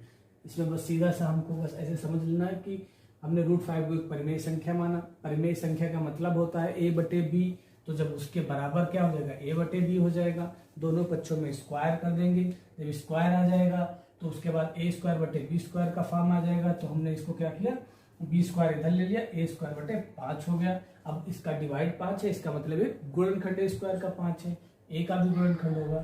फिर हमने मान लिया कि a बराबर 5x, जहां x एक पूर्णांक है। फिर हमने √5 जो सेम वैल्यू थी, इसको समीकरण 1 मान लेते हैं, या लिख देते समीकरण 1 से। a की बराबर हमने वैल्यू पुट कर दी, उसका बस दोनों पक्षों में स्क्वायर कर लिया और सिंप्लीफाई कर लिया। बहुत आसान है, बस सिंगल कॉन्सेप्ट पे आपको चलना है, परिमेय संख्या मानकर, और उसके बाद उनका स्क्वायर करना है। इस प्रकार क्वेश्चन नंबर 1 सोल्यूशन हो गया। अगर आप हमारे चैनल पर नए तो चैनल को सब्सक्राइब कर लें। धन्यवाद। आइए क्वेश्चन नंबर 2 देखते हैं, जिसमें क्या है कि सिद्ध कीजिए कि √3 + 2√5 एक अपरिमेय संख्या है। हमें सेम प्रोसेस को फॉलो करना है जैसा हमने क्वेश्चन नंबर 1 में फॉलो किया था। तो हम मान लेते हैं, माना कि 3 + 2√5 एक परिमेय संख्या है।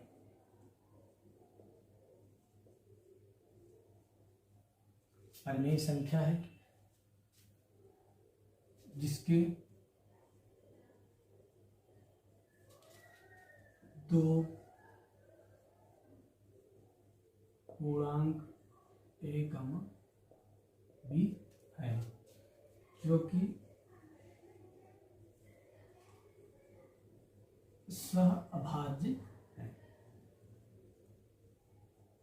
सहभाज्य का मतलब है कि उनका सिर्फ एक कॉमन फैक्टर है, एक वन मतलब वन कॉमन होगा इन दोनों के बीच में। सहभाज्य को प्राइम होगा, वो प्राइम नंबर वही होते हैं जिनमें एक कॉमन हो, सिंगल एक केवल वन। अब आगे देखते हैं। तो हमने क्या माना कि √3 + 2√5 क्या है, एक परिमेय संख्या है। तो 3 + 2√5 बराबर a/b, ठीक, जहां a, b क्या है, पूर्णांक है। पूर्णांक कैसे है, सहभाज्य है। अब हम ये क्या अपरिमेय संख्या है, इसको सिद्ध करना है कि ये अपरिमेय संख्या है। तो हम क्या करते हैं कि 2 + √5 इधर रखते हैं और ये 3 को इस तरफ भेज देते हैं। इस तरफ प्लस का था तो इस तरफ क्या हो जाएगा, माइनस का हो जाएगा। फिर देखिए इसके नीचे हम 1 मान लेते हैं और एलसीएम लेते हैं। 1b(1) 1 हो जाएगा। अब ए से हम क्या करते हैं कि जो एलसीएम ये होता है, जो जिस नंबर पे आते हैं, जैसे ये ए है तो पहले ए लिखते हैं, मल्टीप्लाई लगाते हैं। बी से इसके नीचे जो हर है इसका, उससे एलसीएम को भाग देंगे।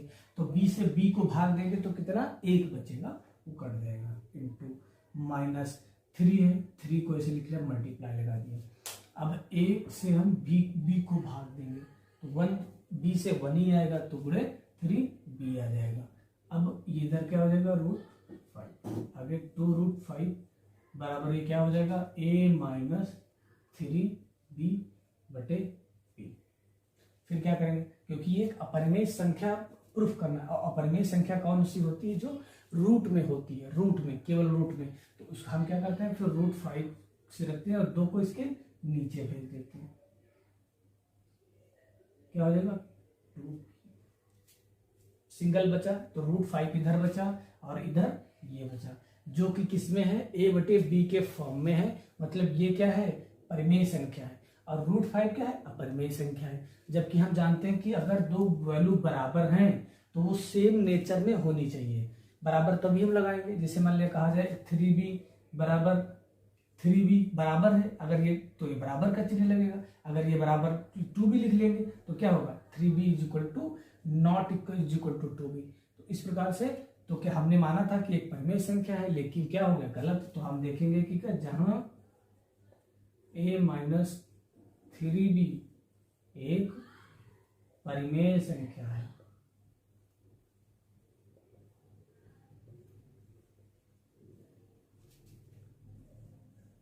अतः √5 एक परिमेय संख्या भी होनी चाहिए। √5 भी एक परिमेय संख्या होनी चाहिए। √5 लेकिन √5 क्या है, एक अपरिमेय संख्या है।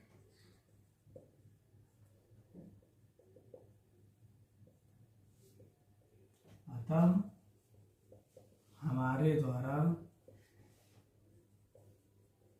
की गई कल्पना गलत है।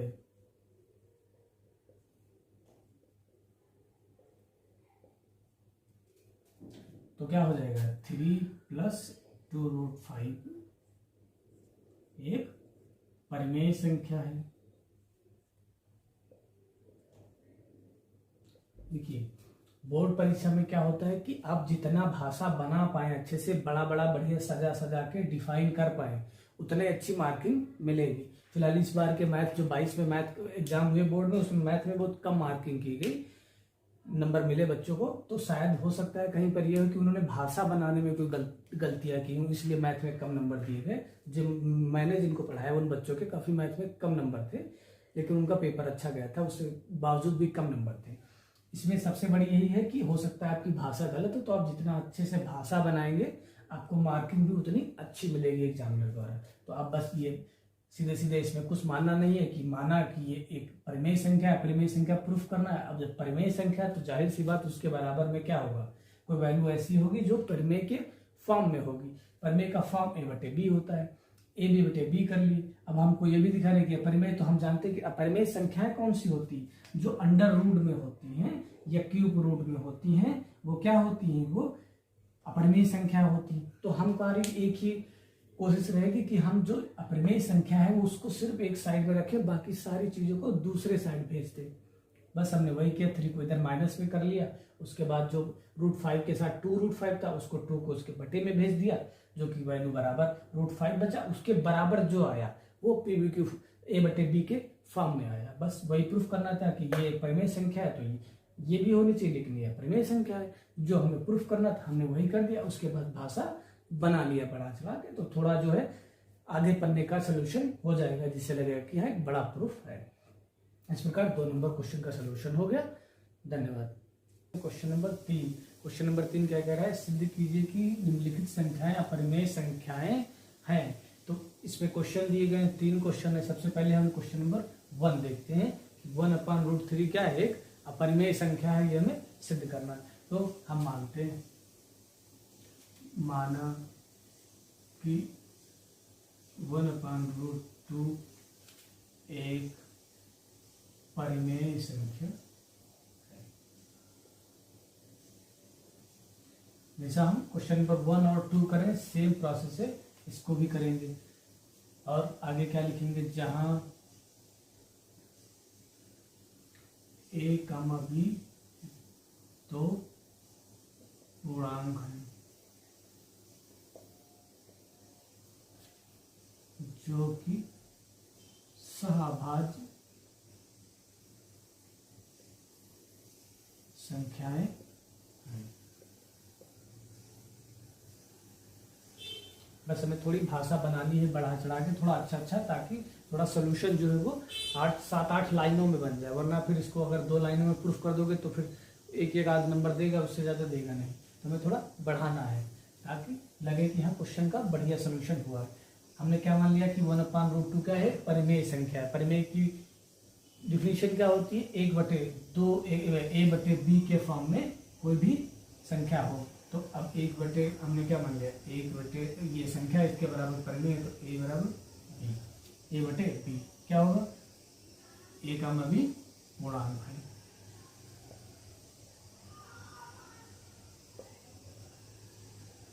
आगे देखिए, अब हमें क्या करना है कि ये हम जानते हैं अपरिमेय संख्या कौन सी होती है, जो रूट में हो, लेकिन यहाँ पर हमें 1/√2 में है, तो इसको हम क्या करेंगे, उल्टा कर लेंगे। तो क्या ऐसे क्या हो जाएगा, √2 बराबर b बटे a। अब √2 बटे वो 1 होगा, लेकिन 1 का मतलब कोई होता नहीं, 1 बन जाएगा तो √2 आएगा। अब हमने क्या किया, b/a। अब देखिए क्या होगा, ये b/a क्या परिमेय संख्या हो गई, तो बस ये क्या है, अपरिमेय संख्या है। तो हम क्या लिखेंगे यहाँ पर सीधे, इसमें बहुत ज़्यादा सोल्यूशन नहीं करना है, इसमें पार्ट दिए गए, बस इतने में ही इसको डिफाइन करना है। आगे हम भाषा बनाते हैं, क्या लिखेंगे, जहाँ b/a क्या है, एक परिमेय संख्या है।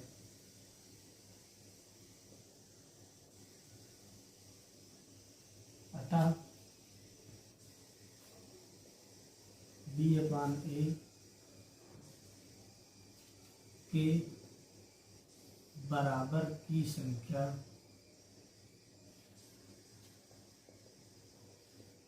भी परिमेय संख्या होनी चाहिए।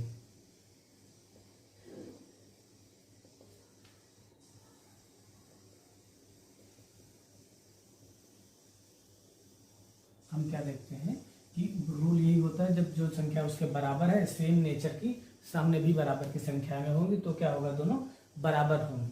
तो b/1 परिमेय संख्या है, तो उसके बराबर की संख्या भी क्या होनी चाहिए, एक परिमेय संख्या होनी चाहिए।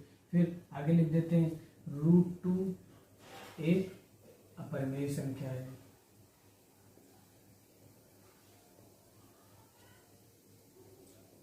अतः हमारे द्वारा की गई कल्पना गलत है।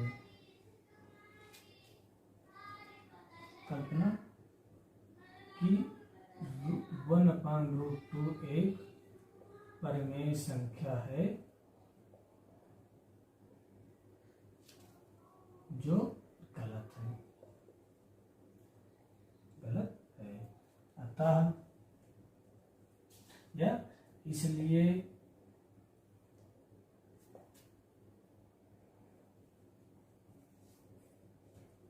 (1/√2) एक अपरिमेय संख्या है।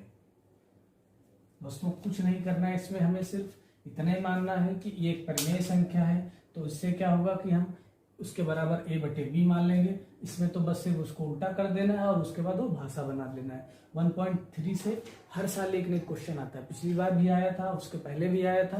तो हमको बस इसकी भाषा बनाना है। एक बार में हो सकता है समझ में ना आए, तो हमें क्या करना है, इसको बार बार कॉपी पे सॉल्व करना है, लिखना है। कई बार लिखेंगे उसके बाद सब ऐसे ही बिल्कुल प्रैक्टिस में आ जाएगा और आप बहुत अच्छा सोल्यूशन लिखेंगे और भाषा भी बना के अच्छी भाषा में उसको लिखेंगे। अब ये क्वेश्चन नंबर 3 का पहला हो गया। अब आगे चलते नेक्स्ट क्वेश्चन पर। आइए अब देखते हैं क्वेश्चन नंबर 3 का दूसरा क्वेश्चन, जिसमें क्या कह रहा है कि सिद्ध कीजिए कि दी गई संख्याएं परिमेय संख्याएं हैं जो हमें सिद्ध करना है। जैसे हमने बाकी क्वेश्चन पहले किए एक्सरसाइज के, सेम पैटर्न से हमको इसको भी करना है। तो हम क्या लिखेंगे कि वही माना 7√5 एक परिमेय संख्या है जहां दो पूर्णांक a और b है जो सहअभाज्य संख्याएं है। आगे अब देखते हैं हमने क्या कहा कि परिमेय संख्या है। परिमेय संख्या है का मतलब कि बराबर a/b, जहां a, b पूर्णांक है। अब इसमें क्या करना है, देखिए हम जानते हैं कि अपरिमेय संख्या कौन सी होती है, जो √5 या रूट इस फॉर्म में जो संख्याएं होती है वो सारी अपरिमेय संख्याएं। तो हम क्या करते हैं कि √5 बराबर a/7b, इसको नीचे ले लिए। अब a/, क्या हो गया, 7b हो गया। अब हम फिर से उसी फॉर्म में आ गए, जहां पर लिख देना है हमको। बस इसके बाद क्या कि भाषा बनानी है कि जहां अतः a/7b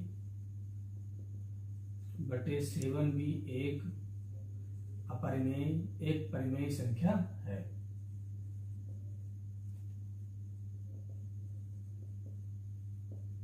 अतः इसलिए इसके बराबर में भी एक परिमेय संख्या होनी चाहिए। √5 परिमेय संख्या नहीं है। अतः इसलिए हमारे द्वारा की गई कल्पना गलत है। तो हमने जो माना था कि परिमेय संख्या है, तो वो परिमेय संख्या नहीं है, क्योंकि इसकी ये परिमेय संख्या है, इसके बराबर में भी परिमेय संख्या होनी चाहिए जो कि एक अपरिमेय संख्या है। इसलिए हमारी कल्पना क्या हो गई, गलत हो गई। इसको थोड़ा टेढ़ा लिख गया है, तो आगे देखते हैं इसको। इसलिए 7√5 क्या है, एक तो अपरिमेय संख्या है।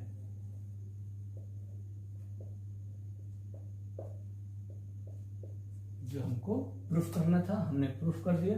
थोड़ा गैप दे के आराम से लिखेंगे तो 4, 5, 6, 7 लाइनों में आ जाएगा।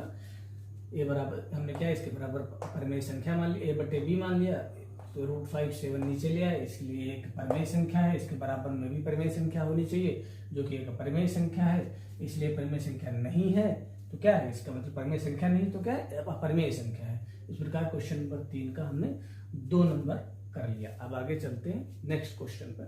क्वेश्चन नंबर 3 का 3 नंबर देखते हैं, इसमें इसको हम कैसे इस क्वेश्चन को सॉल्व करें।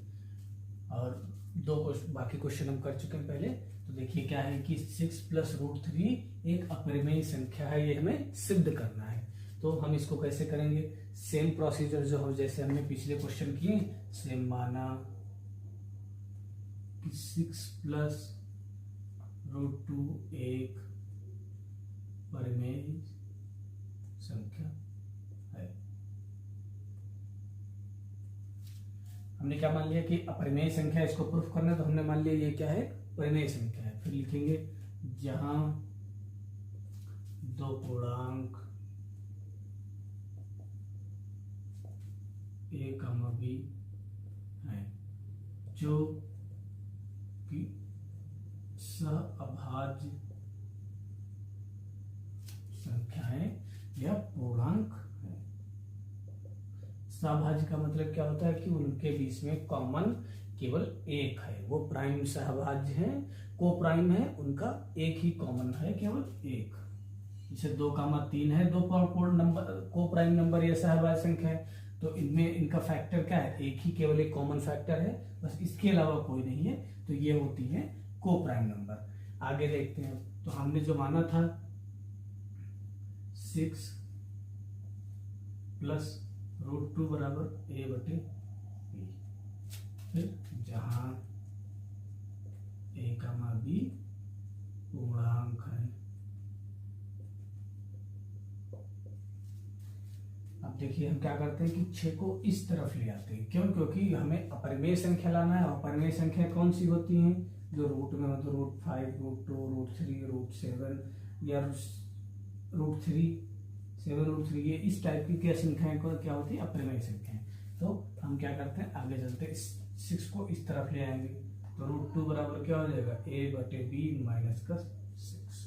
अब हम इसके नीचे 1 मान लेंगे और b इसका एलसीएम ले लेंगे, दोनों का 20 का एलसीएम हो जाएगा। हम ये क्या ए लिखेंगे, मल्टीप्लाई, जो इसके नीचे संख्या है उसको एलसीएम से भाग देंगे, तो बी को हम बी से भाग देंगे, कितना बचेगा, 1 बचेगा, तो मल्टीप्लाई 1 माइनस का 6 गुणे 1 से हम बी को भाग करेंगे, तो बी से 1 को भाग करेंगे, क्या आ जाएगा, बी आ जाएगा, बराबर क्या है, √2।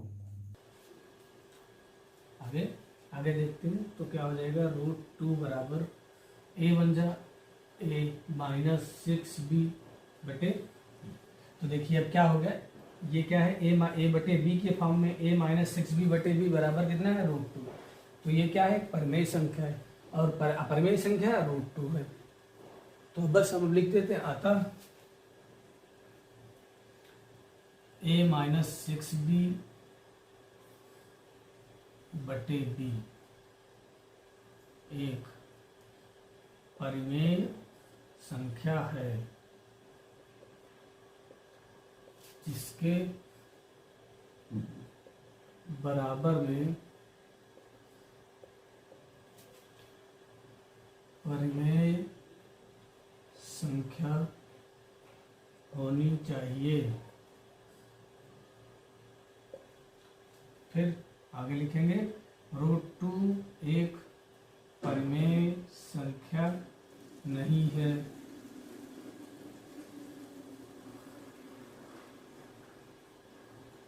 अतः हमारे द्वारा की गई कल्पना गलत है, इसलिए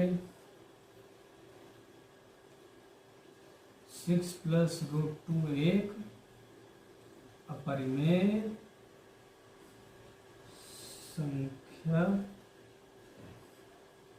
देखिए हमको क्या करना था, हमें यह सिद्ध करना था कि 6 + √3 एक परिमेय संख्या है। उसको करने का सीधा एक ही मेथड है, हम इसको उल्टा मान लें कि यह परिमेय संख्या है। और परिमेय संख्या का मतलब है कि बराबर में a/b की फॉर्म में लिखना है। उसके बाद अपरिमेय संख्या, हमको सिर्फ अपरिमेय संख्या जो है जो रूट में है उसको रखना है, बाकी सबको दाएं तरफ भेज देना है। उसके बाद उसको एलसीएम लेके सिंप्लीफाई कर लेना है, बस लिख देना है कि वही ये इसके बराबर तो √2 है, तो जो कि अपरिमेय संख्या नहीं है, अपरिमेय संख्या है, और ये परिमेय संख्या है। इसी प्रकार इस ऐसे भाषा बना लेंगे 6-7 लाइनों में, आराम से थोड़ा गैप दे दे के लिखेंगे, पूरे एक पन्ने का सोल्यूशन हो जाएगा। उसके बाद आपको मार्क्स मिलेंगे अच्छे खासे, क्योंकि इसमें से हर साल एक क्वेश्चन जरूर आता है। इस प्रकार से हमारी 1.3 प्रश्नावली कंप्लीट। प्रश्नावली 1.4 जिसमें क्वेश्चन नंबर 1 हम देखेंगे क्या कह रहा है कि बिना लंबी विभाजन प्रक्रिया किए बताइए कि निम्न परिमेय संख्याओं के दशमलव प्रसार शांत हैं या अशांत आवर्ती हैं। शांत और अशांत हमको बताना है। देखिए तो शांत और अशांत की प्रक्रिया हमें ऐसे शॉर्ट में समझ लेनी है।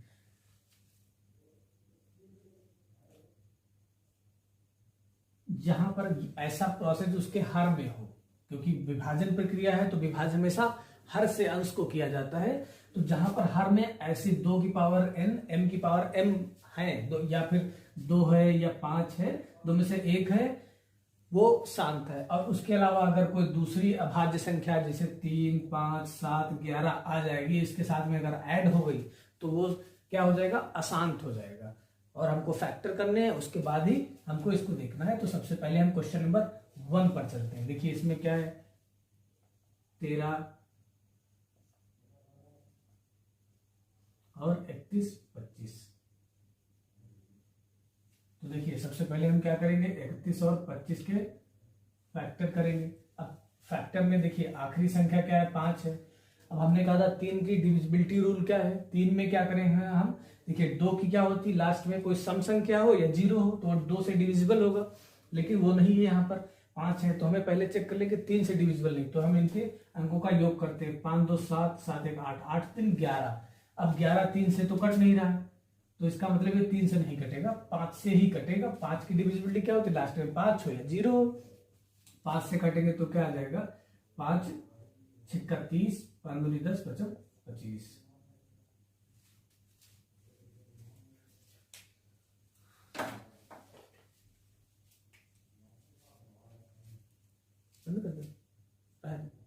चलो देखते हैं, 5 6 30, 5 दूनी 10, 55 25, 5 1 5, 5 दूनी 10। अब फिर क्या आ जाएगा, 5 दूनी 10, 55 25, और फिर 55 25 5। तो क्या लिखेंगे, 13 बटे 5 की पावर कितनी है, 1 2 3 4 5। अब देखिए 5 की पावर 5 है, तो हमने क्या कहा था, बताया था कि शांत की क्या प्रोसेस होता है, 1 की पावर m, 2 की पावर n, 5 की पावर m। तो 5 की पावर m है, तो ये क्या होगा, दशमलव प्रसार, अतः दशमलव प्रसार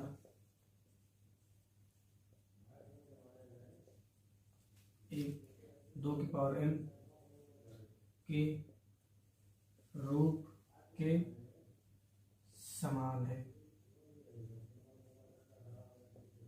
अतः 13 बटे 31 25 शांत है। अब एक हो गया। अब हम इसके बाद चलते हैं, फिर देखते हैं 2 नंबर क्वेश्चन पे क्या है, 17 बटे 8। अब हम क्या करेंगे, 8 के फैक्टर में कर लेंगे कि 8 के फैक्टर 2 2 2। तो क्या लिख लेंगे, 17 बटे 2 की पावर 3। अब इसको क्या लिखेंगे, हर, अतः हर के गुणनखंड, अभाज्य गुणनखंड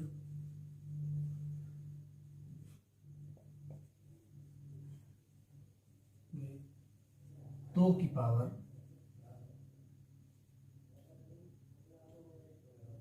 n के रूप के समान है। अतः दशमलव प्रसार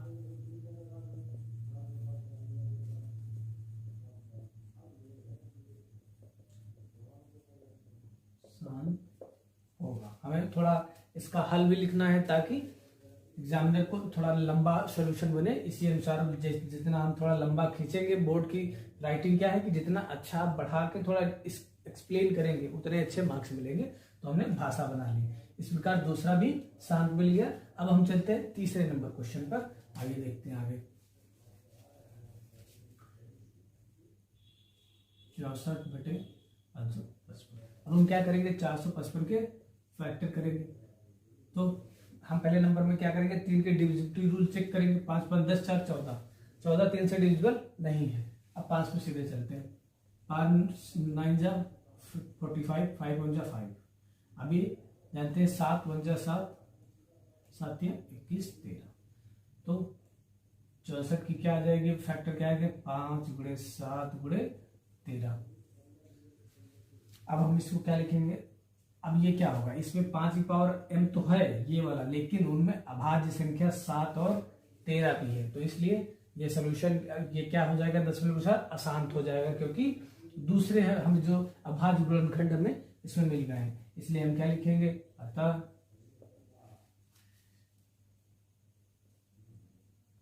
के अभाज्य गुणनखंड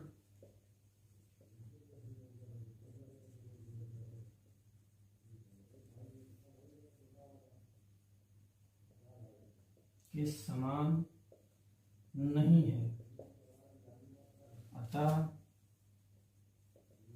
दशमलव प्रसार अशांत होगा। अभी तक दोनों क्या थे, शांत थे, ये अशांत है। अब हम चलते हैं क्वेश्चन नंबर 4 पे। 4 में क्या होगा, 15/1600।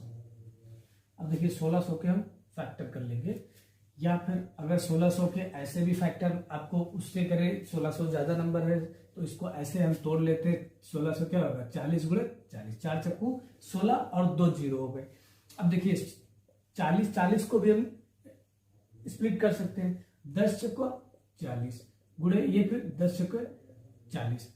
अब हम क्या करेंगे, 10 को क्या लिखते हैं, 2 पंचे 10, और 4 को क्या लिखते हैं, 2 × 2। यहीं पर 10 को क्या लिखेंगे, 2 पंचे 10, और 4 को 2 × 2। अब देखिए 2 कितनी बार है, 1 2 3 4 5 6 बार, 5 1 2।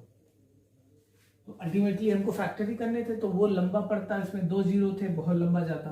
तो हमने क्या किया, डायरेक्ट इसको तोड़ लिया। 1600 को 40 × 40, और 40 को 10 चक्को 40, 10 चक्के 40, 10 2 पंचे 10, और 4 2 2 2, 2 बार 2, उनको ऐड कर लिए पावर। अब हम आगे लिख लेते हैं, 15/2 की पावर 6 × 5 की पावर 2। अब इसमें क्या लिखेंगे, अतः 15/1600 के अभाज्य गुणनखंड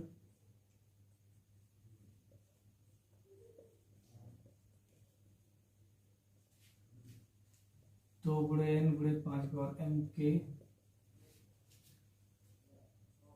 रूप के समान है।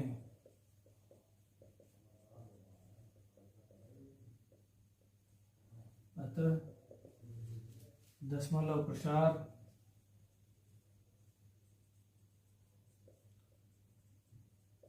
शांत होगा।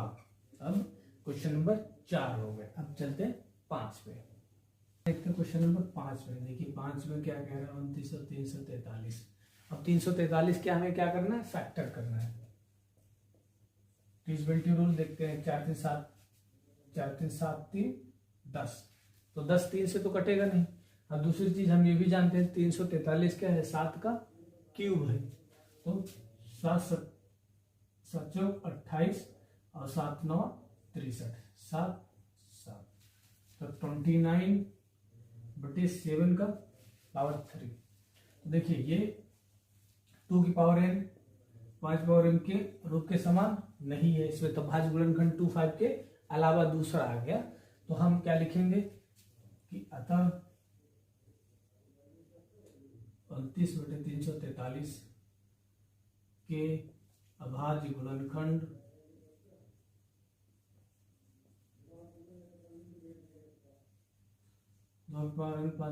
के रूप के समान नहीं है, अतः 29/343 एक का दशमलव प्रसार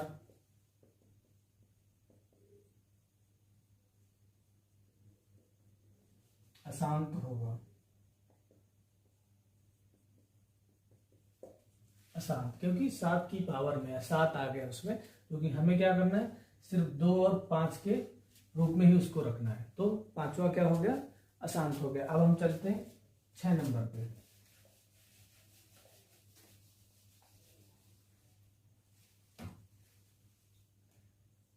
तेईस बटे 2 की पावर 3 5 की पावर 2। तो देखो इसमें क्या है, ऑलरेडी जो हम बनाते हैं 2 की पावर n गुणे 5 की पावर n, इसमें तो लिखने नहीं है कुछ बहुत ज्यादा, तो हम इसमें सीधे डायरेक्ट बस इसके फैक्टर ना करके हम इसको डायरेक्ट लिख लेते हैं कि 23 गुणे 2 की पावर 3 गुणे 5 की पावर 2 के अभाज्य गुणनखंड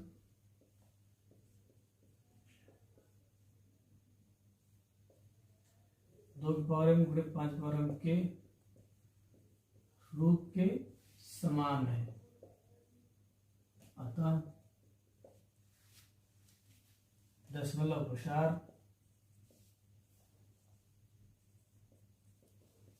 शांत होगा।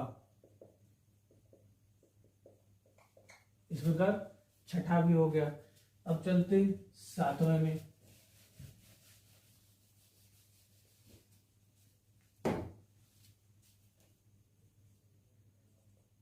एक 129 बटे 2 की पावर 2 5 की पावर 7 गुणे 7 की पावर 5। अब इसमें देखिए 2 की पावर 5 और 7 तो एक 2 की पावर n गुणे m की 5 की पावर m तो है, लेकिन 7 भी है, तो जो कि तीसरा अभाज्य गुणनखंड ऐड हो गया। तो हम सीधे इसको ऐसे लिख देंगे कि क्या, अतः 129 बटे 2 की पावर 2 5 की पावर 7 गुणे 7 की पावर 5 के अभाज्य गुणनखंड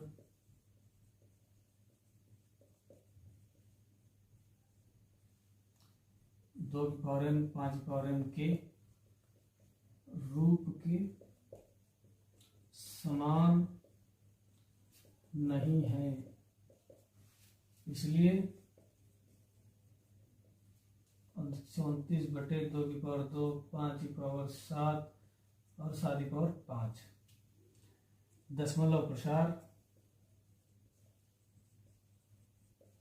अशांत है। ये क्या होगा, अशांत होगा। छठा हो गया। अब हम चलते, 7वां हो गया। अब हम चलते 8वें नंबर पे। 8वें में क्या है,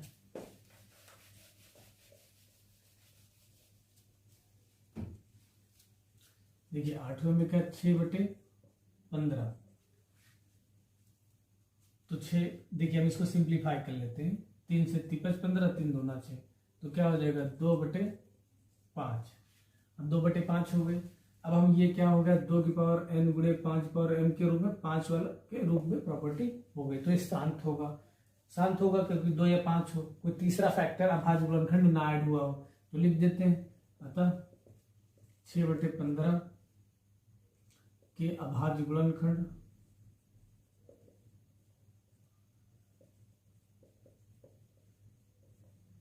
दो की पावर m गुणे 5 की पावर m के रूप के समान है, इसलिए 6 बटे 15 के दशमलव प्रसार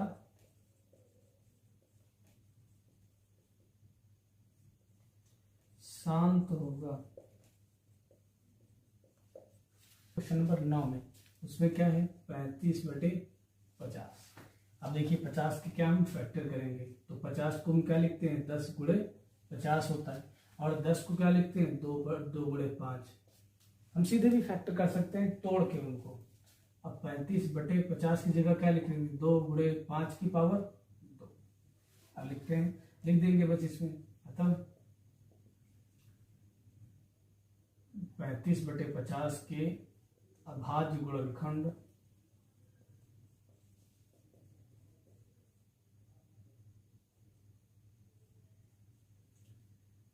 2 गुणे n 5 की पावर m के रूप के समान, अतः दशमलव प्रसार शांत होगा।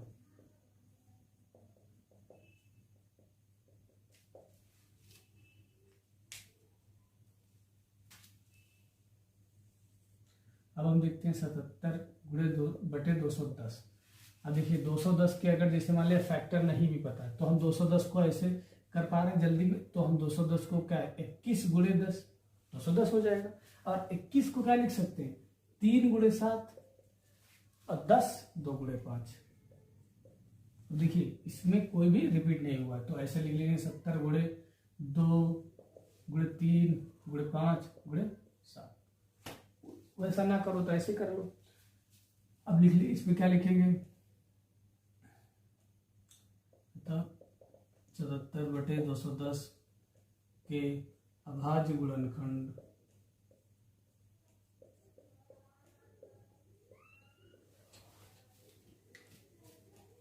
तो n 5 वर्ग के रूप के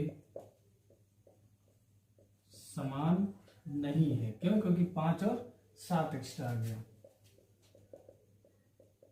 इसलिए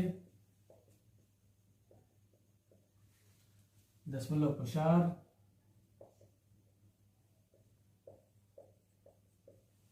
अशांत होगा। इस प्रकार क्वेश्चन 1 के हमने 10 क्वेश्चन कर लिए। अब हम चल रहे हैं 1.4 का क्वेश्चन नंबर 2 में। क्वेश्चन नंबर 2 क्या कह रहा है ये हम देखेंगे कि ऊपर दिए गए प्रश्न की उन प्रमेय संख्याओं को दशमलव प्रसार के लिए लिखिए जो शांत है। जो क्वेश्चन नंबर 1 था उसमें जो शांत और अशांत थे उसमें से शांत वालों का दशमलव प्रसार लिखना है हमें। तो वो हमें कैसे करना है देखिए, हमने क्या किया था दशमलव प्रसार किसी संख्या को जब हम आसानी से भाग कब दे पाएंगे जब नीचे अगर 10 या 0 के फॉर्म में है। जैसे मान लीजिए कोई नंबर है, नीचे अगर हम 100 बना ले या 10 बना ले 1000 बना ले तो उससे क्या करेंगे हम जितने इधर 0 ऊपर उतनी संख्याएं हम बढ़ा गिन के पॉइंट लगा सकते हैं। ये भाग करने का सबसे अच्छा तरीका है, अदरवाइज बहुत लंबी पड़ेगा। तो इसलिए हमको इस तरीके से थ्योरम से बताया भी ये करने के लिए। तो हम 31 25 के फैक्टर कर रहे हैं। 5 छक्का 5 10 बचम 25, 5 चक्कन 5 10, 5 5 5 1 2 3 4 5 तो 13/5 और 5। अब देखिए हमको क्या बनाना है 10 बनाना है। तो अगर 5 की पावर 5 है तो जब 2 की पावर 5 से हम ऊपर और नीचे मल्टीप्लाई कर दें। जब 2 की पावर 5 ऊपर और नीचे मल्टीप्लाई कर देंगे तो ये ऐसे तो कैंसिल हो जाएगा, एक ही बचेगा, लेकिन वो 10 के फॉर्म में बन जाएगा। तो हम क्या लिखेंगे 13 गुणे 2 की पावर 5 बटे 5 दूनी 10 और 10 की पावर 5 5 दूनी 10 और 10 की पावर 5। अब 2 की पावर 5 क्या करेंगे देखिए 2 की पावर 3 2 की पावर 2 क्योंकि गुणा में क्या होती है घातें जुड़ती हैं। तो 5 को क्या लिखेंगे 2 की पावर 3 2 की पावर 3 8 अब 2 की पावर 2 4। तो क्या हो गया 13 गुणे 8 चक्कू 32 बटे 10 की पावर 5। तो 13 दूनी 26 कैरी गया 2 13 3 39 39 और 2 41 और 10 की पावर 5। तो मतलब 10 इतने एक किया गया 5 0 होने चाहिए 2 3 4 5। अब हम क्या करेंगे इसमें क्या करेंगे सीधे हम 0 उतनी ऊपर संख्या है उतनी बढ़ा के हम 0 प्लेसिंग कर देंगे पॉइंट को 1 2 3 3 हो गई 4 और 5 करना है तो 4 5 0 लिख लेंगे। बाकी पॉइंट के पहले 0 लिखो या नहीं लिखो कोई मतलब नहीं। ऊपर जितने नीचे 0 है उतने ऊपर संख्याएं गिन के वहां पर पॉइंट की प्लेसिंग करनी है। भले अब 3 संख्या है तो हम क्या करेंगे 2 0 बढ़ा लेंगे तो 5 बन जाएगा। इस प्रकार से हमें इसको डिवाइड करना है बहुत आसान। या फिर आप डायरेक्ट वैसे भी डिवाइड करेंगे इस तरीके से तब भी इतना ही आना है। अब इसको डायरेक्ट करिएगा तो क्योंकि यही थ्योरम कह रही है। आगे क्वेश्चन नंबर 1 हो गया। अब क्वेश्चन नंबर 2 देखते हैं। 2 में क्या कहा है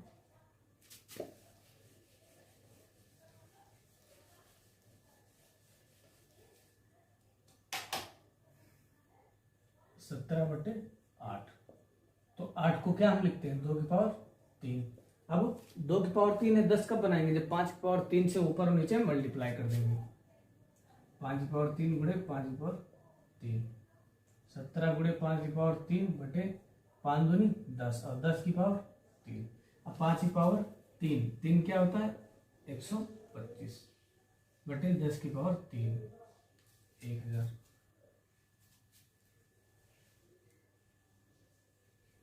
17 बचे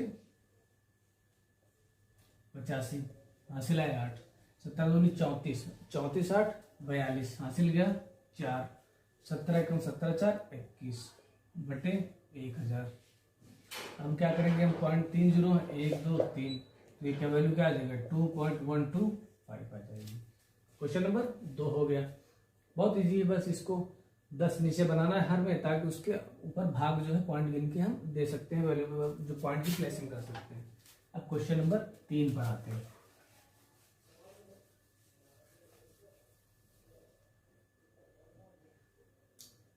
पांच गुणे 1600, हमने क्या 1600 के कैसे फैक्टर बताए थे इसको तोड़ना, 4 गुणे 4 और 100 है तो 10 गुणे 10, 100 हो गया।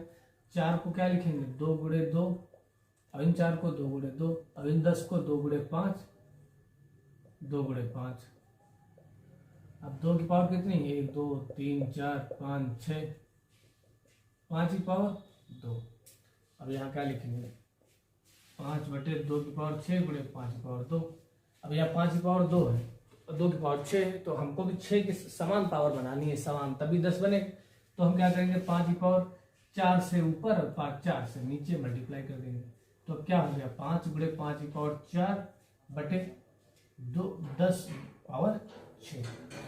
अब 5 की पावर 4 क्या होगा, देखो 5 की पावर 2 गुणे 5 की पावर 2, 5 की पावर 2 25 और गुणे 25, और 25 25 में कितना होता है 625।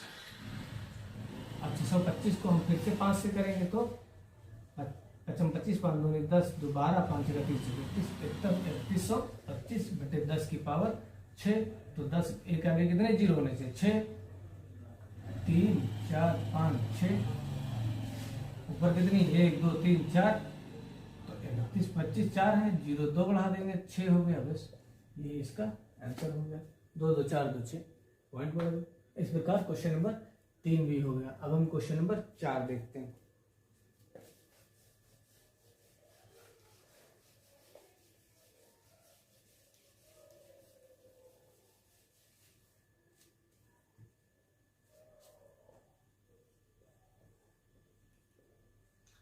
यहाँ 2 की पावर 3 है, 5 की पावर 2 है, तो 5 की पावर 1 कम है, तभी तो 10 बनेगा सेम पावर, तो हम 1 5 से मल्टीप्लाई कर देंगे, 1 5 से ऊपर, तो 5 15, अब 5 दूनी 10 11 बटे 5 10 की पावर 3, तो कितना है ऊपर 1 2 3 है, 3 पावर है तो 0.15, ये इसका आंसर हो गया क्वेश्चन नंबर 4 का।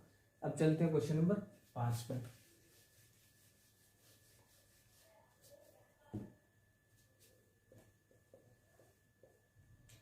देखिए 6 बटे 15, इसको हम काट लेंगे 3 से 3 बस 3 2 9, तो 2 बटे 5।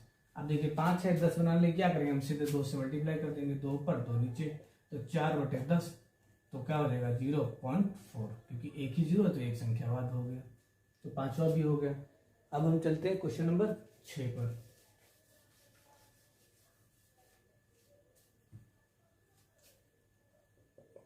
छः क्या है 35 बटे 50, तो क्या करेंगे 5 दामन 50 5 सकते हैं, तो ये 7 बटे 10 हो गया। अब तो सीधे लिखा है 7 बटे 10, तो 0.7 ये इसका उत्तर हो गया।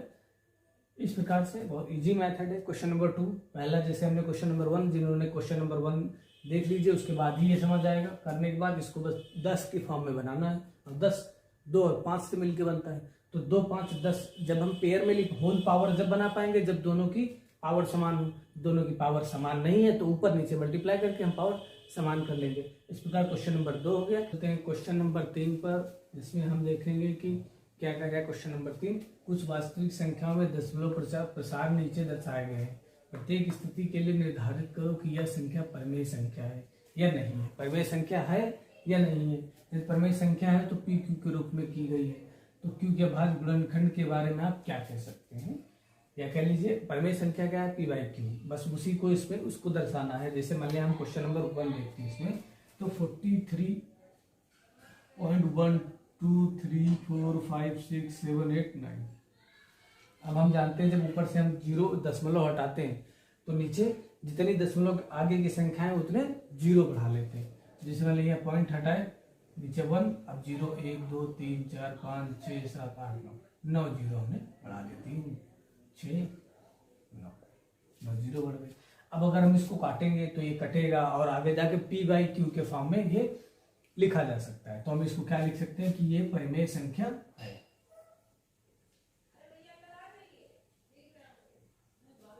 अब जैसे मान लीजिए ये संख्या है तो ये परिमेय संख्या है। इसमें क्या है कि देखिए इसमें डिजिट जो है वो 120 फिर 00 ये इस प्रकार से ऐसी संख्या बन रही है जो इंड नहीं होगी और सैकड़ा दहाई ऐसे करके बहुत लंबी जा रही है। तो ये पी बाई क्यू फॉर्म में नहीं लिखते तो इसको क्या लिखेंगे, अपरिमेय संख्या।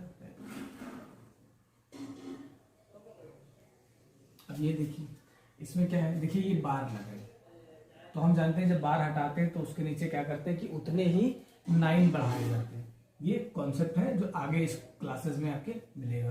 तो बार लगा है इसका मतलब क्या है कि इसके बटे में संख्या आएगी, 9 आएगा। 9 को अगर हम काटेंगे तो ऊपर 3 है, 9 कट जाएगा, ऐसे करके ये पी बाई क्यू के फॉर्म में एक परिमेय संख्या बन जाएगी। तो इस प्रकार हम इसको क्या लिखेंगे, ये यह एक परिमेय संख्या है।